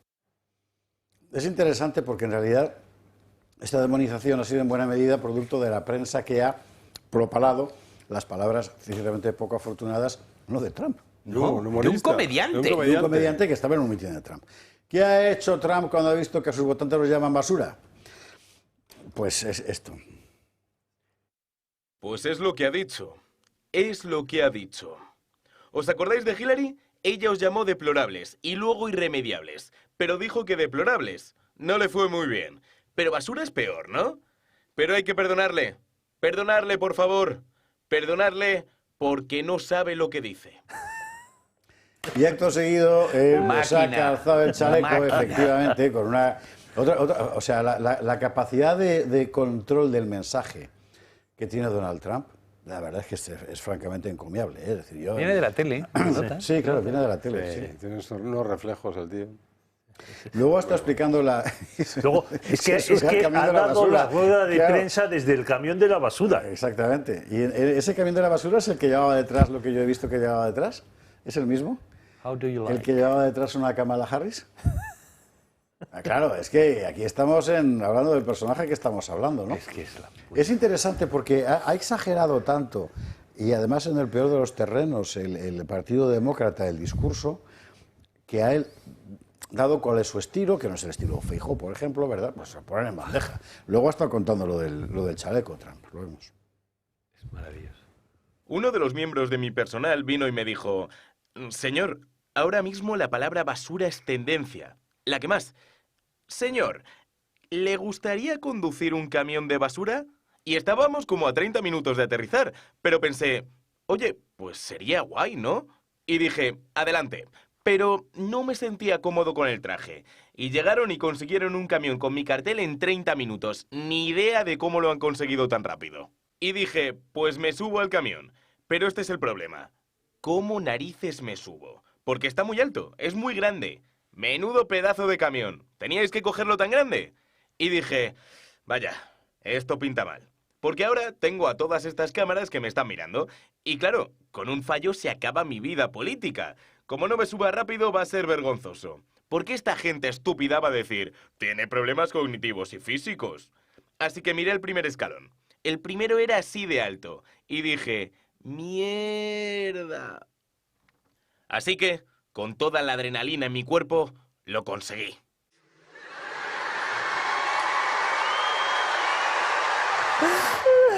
Aprovechamos, por cierto, para mandar un saludo muy, muy, muy cordial a todos los basureros que ven este programa. Es que yo conozco a 3, ¿verdad?, de empleados del servicio de limpieza, que nos ven y nos lo cuentan por la calle, además. Así que para todos un abrazo fortísimo. Ya veis, Trump y nosotros estamos con vosotros. Claro. Enseguida Antonio, que se ha ido la señal. No sé dónde. Yo de mayor quiero ser como Donald Trump, y no lo digo por Melania, ni lo digo por sus inversiones inmobiliarias, ni por su jet. Pero el tío es formidable. Lo que usted quiera, pontífice máximo. No. Siempre a su servicio. Lo que no me mande. digas esas cosas, Pedro, no me digas esas cosas. Vamos, Pedro, es que es fabuloso cómo este hombre recibe un insulto, un ataque, lo recoge y devuelve la pelota. Don Antonio Murolín, muy buenas noches, ¿cómo estás? ¿Estáis? ¿Dónde paras? Cuéntanos. Ahora estoy en Washington. ¿Ahora estás en Washington otra vez? Fenomenal. Sí. ¿Cómo va el paisaje? Estamos ya, 4 días. El día 5 son las elecciones. Nada, aquí todo el mundo piensa que va a ganar Trump. Preguntes a quien preguntes y preguntes donde preguntes, todo el mundo opina que va a ser Trump el que vuelva a la Casa Blanca. Pero preguntes, ya digo, en Washington, que todo el mundo va a votar a Kamala, o fuera en sitios donde va a votar mayoritariamente a Trump, la gente piensa que va a ser Trump. No hay confianza en Kamala. Yo no lo veo tan claro, viendo cómo están las encuestas, que bueno, están realmente así. Llevamos contando que Trump dio la vuelta hace unos días, pero en la media es medio punto y hay estados en los que es 0,2. Si Kamala gana Pensilvania y mantiene los 2 del norte, que los ha recuperado, lo tiene hecho.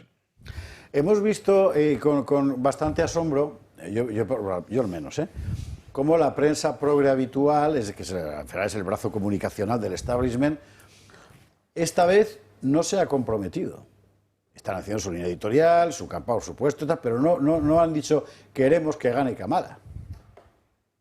No, de hecho es que aquí lo normal es que los medios de comunicación apoyen oficialmente a un candidato, que eso en España lo hacen los medios de siempre, lo hacen durante toda la legislatura, pero no lo hacen de manera oficial, lo hacen de manera oficiosa y bastante lucrativa. Pero aquí lo hacen de forma oficial. El medio saca una editorial diciendo apoyamos a tal candidato.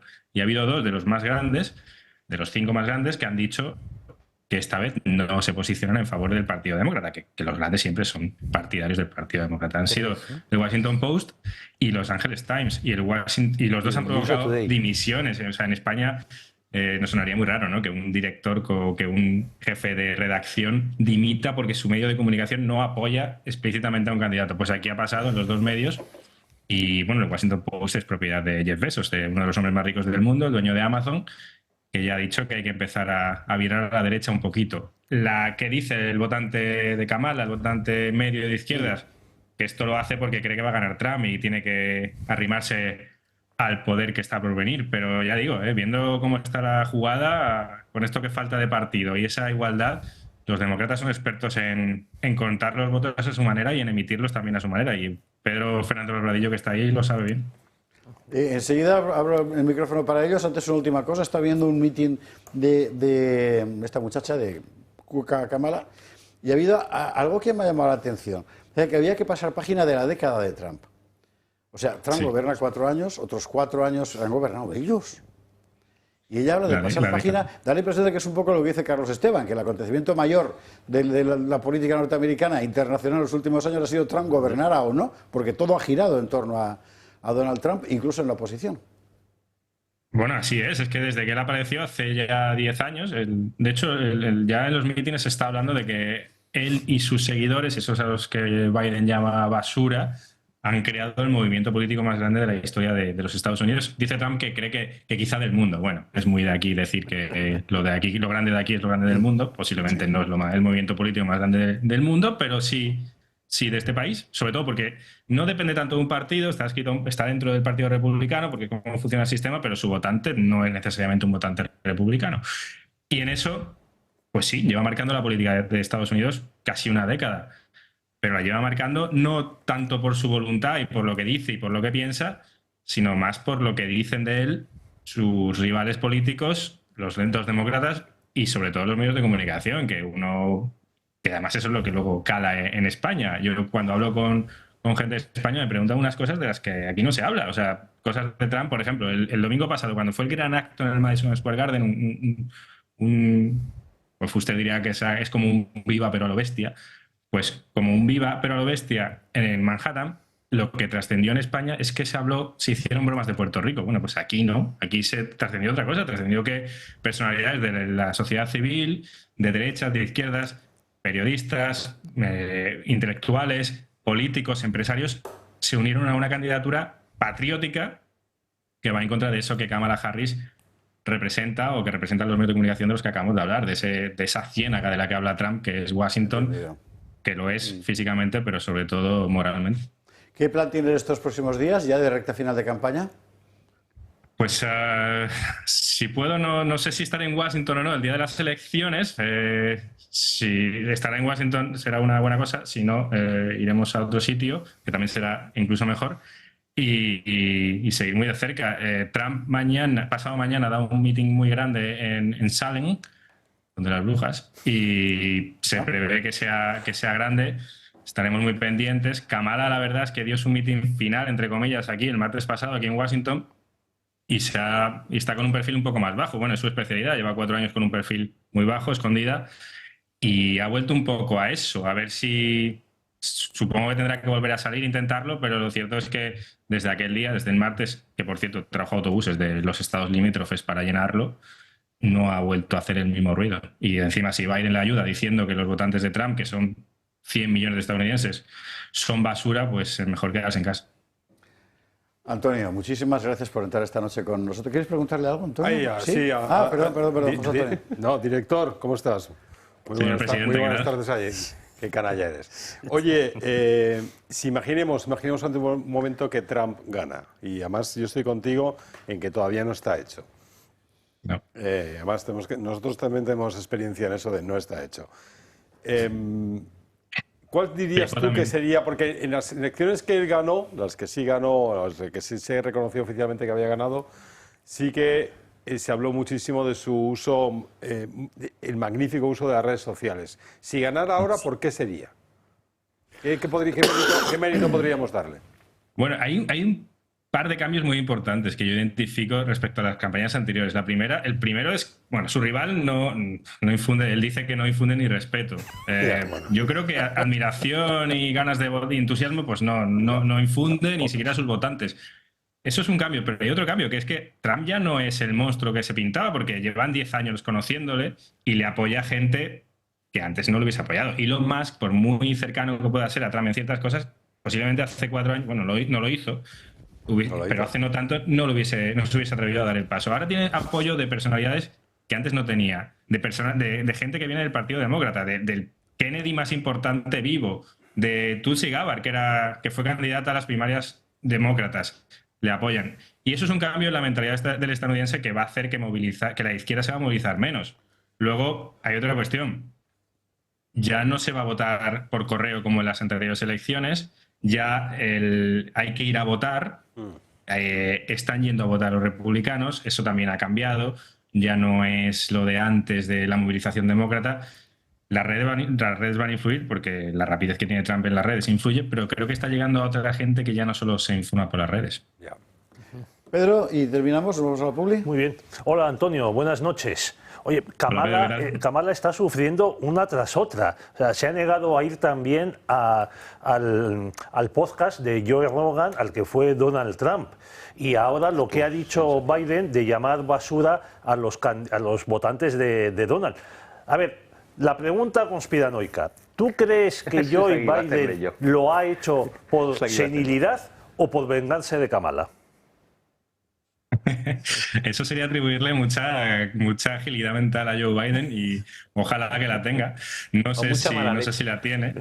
Pero yo estoy con Trump. Trump ha dicho que no ha sido un despiste, que es exactamente lo que piensan del votante de Trump, tanto Biden como Kamala. Y yo iría más allá. Es lo que piensa el votante medio demócrata del votante republicano. El votante medio demócrata urbanita que ha estudiado en una universidad, se ha gastado su familia una millonada en que estudia en una universidad, que ve la tele, se cree moralmente e intelectualmente superior al votante medio de Trump. Y eso es un hecho que encarna Biden y que encarna sobre todo Kamala Harris, pero a la perfección. Antonio, fortísimo abrazo, muchísimas gracias, muy buenas noches. Y, un abrazo a los 4. Te seguimos y te seguimos en Gaceta. Fuerte abrazo. Chao. Carlos. Yo quiero dar un dato, simplemente. Las encuestas ya sabemos que son fiables relative tantum, ¿no? Y que es un medio que se utiliza también para tal. Y sobre todo porque fundamentalmente la gente consultada, aunque se haga muy bien, no tiene nada que perder, ni que ganar, ni nada. No se juega nada en una encuesta, por tanto es más fácil que tal.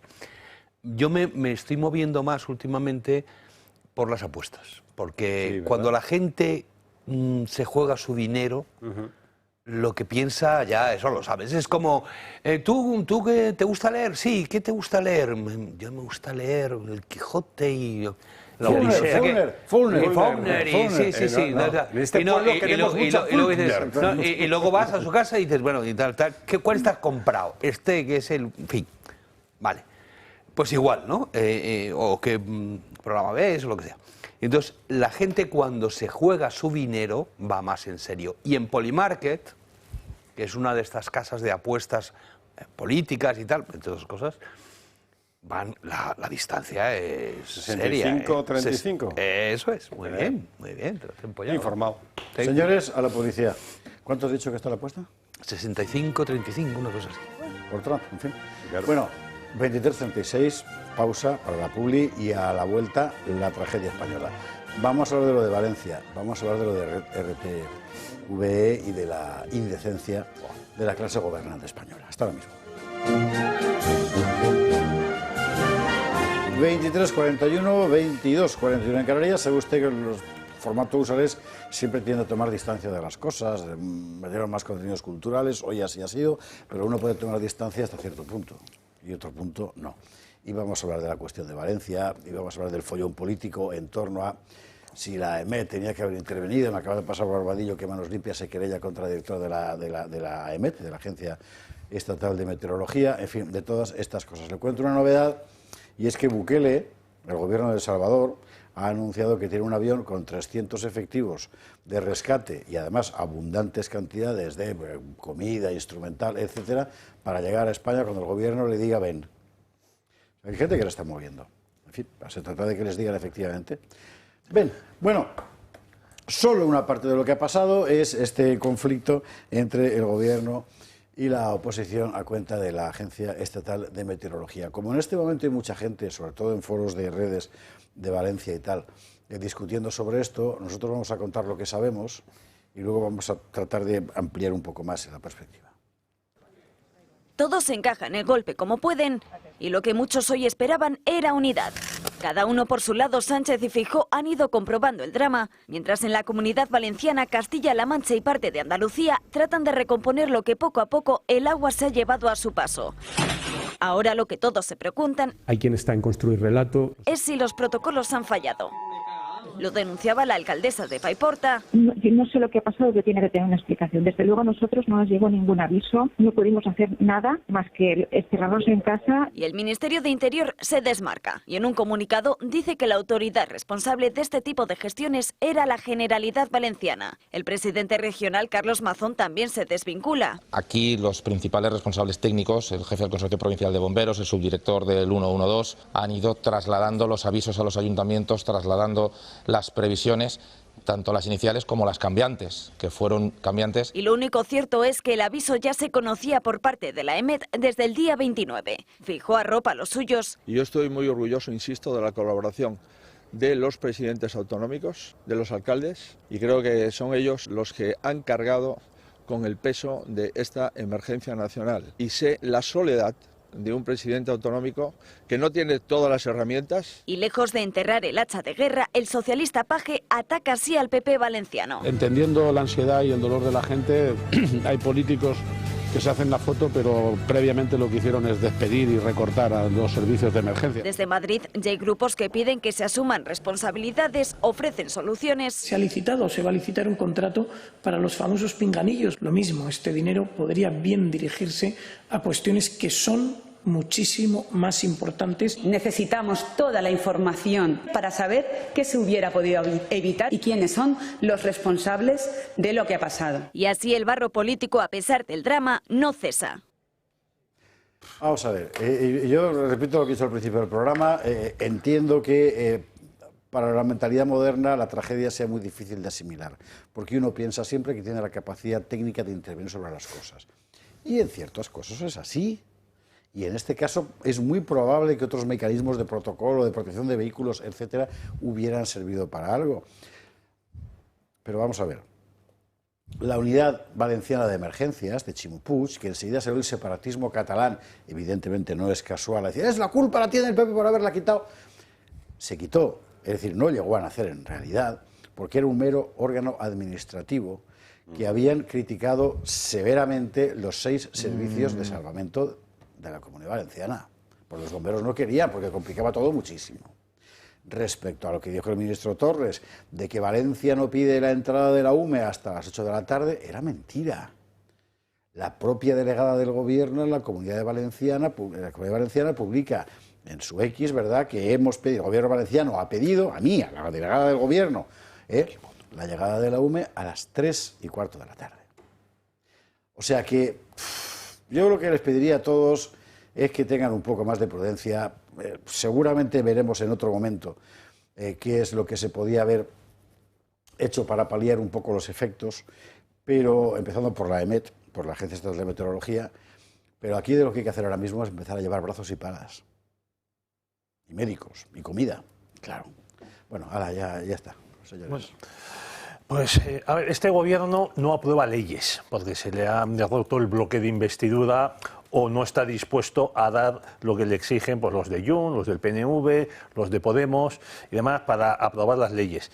Es el gobierno, el de Sánchez, el que más decretos y decretos leyes ha aprobado en democracia desde el año 77. A ver, el estado de alarma se decreta mediante un decreto, perdón por la redundancia, un decreto del gobierno y que está vigente durante 15 días. ¿Qué carajo le cuesta a Sánchez sacar un decreto? Pero si está acostumbradísimo. Basta con declarar el estado de alarma por 15 días, que tampoco es por un mes, ni por 2 meses, que no se lo van a declarar inconstitucional en el Tribunal Constitucional. Tocayo, anímate. Pero claro, ¿por qué no? En mi opinión, porque esto supondría tener que sacar el ejército a la calle. Y esto es algo que a los progres... ¿Cómo les pone? Esta parte te la van a coger en TikTok. Bueno, ¿qué vamos a hacer? Sí. Carlos. Yo es que coincido sobre todo con tu editorial del principio, lo que ahora has repetido, quiere decir que al final estamos imbuidos de esa idea que es un poquito una vuelta una vuelta al paganismo, ¿no? Porque es... leía en un antropólogo que decía que había varios pueblos africanos no pensaban, no creían que ninguna muerte fuera natural. No había muertes naturales. Pues se ha comido un león o se han tenido una enfermedad. No, todo detrás siempre había alguien que te había hecho un hechizo o lo que sea. Y yo creo que estamos cayendo un poco en eso. Por supuesto que ha habido unos errores gravísimos, pero mucho más que los errores, a mí me indigna infinitamente más esa especie de frialdad y absoluta indiferencia por el sufrimiento humano que es lo que han hecho de otras cosas, de no, vamos a ponernos a repartirnos la tele, que es lo importante cuando está muriendo la gente. Eso me parece mucho más grave, que no es que hayan cometido ningún error concreto, sino es una cuestión de falta de respeto. Es que es muy elocuente. Es muy elocuente, efectivamente. Es ese tipo de cosas. Yo ayer pero me preocupa, además lo que tiene dentro esta gente. Sí, exactamente. Claro. Esa es la cuestión. O sea, los que dicen, no, estos pues deberían haber hecho tal, no sé lo que deberían haber hecho, no lo sé, ¿vale? Supongo que más antes la alerta, no sé qué, que si los azudes, que seguramente. Todo esto los técnicos, la gente que sabe, lo puede decir. Pero a mí nadie me quita de la cabeza que la actitud de estos tipos, cuando los veías ahí, es no me importa. No me importa, porque esto no me... ¿Sabes? De la conversación en las Cortes, del bloque de la mayoría, la de Junts, le decía, esto no lo van a entender, esto no lo van a entender, esto no nos lo van a entender. Es que es una evidencia lo que estaban haciendo. No, sí, se ha escandalizado a muchos rojos. A Ana Pastor estaba completamente escandalizada bueno, a lo mejor porque no han contado con ella para el Consejo de Radio y Televisión Española. Deja un margen para que la gente pueda tener un comentario decente, incluso siendo rojo. Es que llevamos veintitantos años de la Sexta y no han demostrado nunca ese alarme de dignidad. ¿Para qué va a perder dinero? ¿Para qué va a perder dinero, hombre? ¿Para qué va a perder dinero? Vamos a ver. No sé, yo, bueno, lo he dicho antes que ojalá el día que yo tengo alguna vez alguna responsabilidad de gestión, ojalá Dios me ilumine para no ponerme en medio de los profesionales. Eso es lo primero, porque no entiendo lo que estamos haciendo. Pero sí que yo he visto, pues cuando he estado, los tiempos que yo he pasado en Estados Unidos, es decir, las catástrofes naturales existen. Hemos tenido Elena, que también ha sido se ha criticado muchísimo. Todo el mundo lo sabe. Ahí además, incluso nosotros tenemos menos que otras naciones, pero bueno, otras naciones también tienen menos que las nuestras, pero bueno. Y la gota fría es una cosa recurrente, no es todas las décadas, pero sí de vez en cuando cae. Cuando cae, yo estuve en las inundaciones aquellas del País Vasco en el 82. No me acuerdo. Pero octubre del 57 fue la riada del Turia, claro. Octubre del 80 fue la presa de Tous. Eso es. Sí, hemos vivido varias. Entonces, claro, en Estados Unidos, tú, por ejemplo, llegas a una casa, a un pueblo, lo que sea, y te dan unas instrucciones sobre las rutas de evacuación. Y te dicen, cuando suene esta alarma, pero claro, la alarma no es la de Pedro y el Lobo, sino no te la ponen todos los días. Claro. Sino es cuando suene esta alarma, esta es tu ruta de evacuación, este es tu punto seguro, este es tu refugio. En Michigan, en Florida. En Florida lo entiendo, porque en Michigan te sale, por ejemplo, estás viendo el televisor y de repente abajo pone Watch Tornado. Y tú dices, ojo, eso es que viene uno gordo. Alguien ha detectado tornado y te están avisando, pero te están avisando para que hagas algo. No para que te quedes diciendo, hombre, un tornado, qué ilusión. A lo mejor viene por aquí y me hago un selfie. Me hago eso la granja. En Nueva York todo el mundo tiene que tener unas palabras muy determinadas para... Bueno, no sé, esas pequeñas cosas que... Y aquí seguimos confiando en el milagro, siempre. En el que no nos va a pasar nada, en el que... Y a veces pasa. Sonó la alarma. Una de las instrucciones para la gente era que se quedara en casa. Para mucha gente quedarse en casa la ha matado. Claro. Porque el agua pasó, para en medio de Paiporte, estaban al segundo piso, el agua estaba entrando en el segundo piso. Pero si no sabes que va a ser algo tan terrible, es un buen consejo. Nos pasamos, mira, porque mucha gente ha salido a ver que mi coche cómo lo he dejado. Eso ha sido letal en decenas de casos. Pero nos han avisado, por ejemplo, este verano nos han dado muchísimo la brasa con las alertas amarillas y las alertas tal por el calor. Yo tengo el recuerdo de pequeño de cómo huele el calor. O sea, hacía calor cuando éramos pequeños. Además que parece ser que ahora mismo no nos acordamos. Pero nos han estado todo el verano abrasando con... Y aquí dicen, pero si hemos lanzado la alerta amarilla, y bueno, es que la habéis lanzado 30 veces. Eso es interesante. Y solamente estábamos diciendo, sí, pero hace un poco de calor, pero no estábamos cociéndolos. Y aquí lanzas una alerta amarilla cuando viene... Pues seguro que se puede hacer algo mejor. Algo... El alarmismo climático, creo que era Luis del Rivero que nos decía en Detective el otro día, el alarmismo climático termina conduciendo a que la gente deje de alarmarse. Pedro y el Lobo. Pero eso es lo que ha pasado y pasa en Madrid con este ayuntamiento. A mí me pasó en verano ir al Parque del Retiro un día que hacía muchísimo calor, yo estaba solo en casa y me lo encuentro cerrado.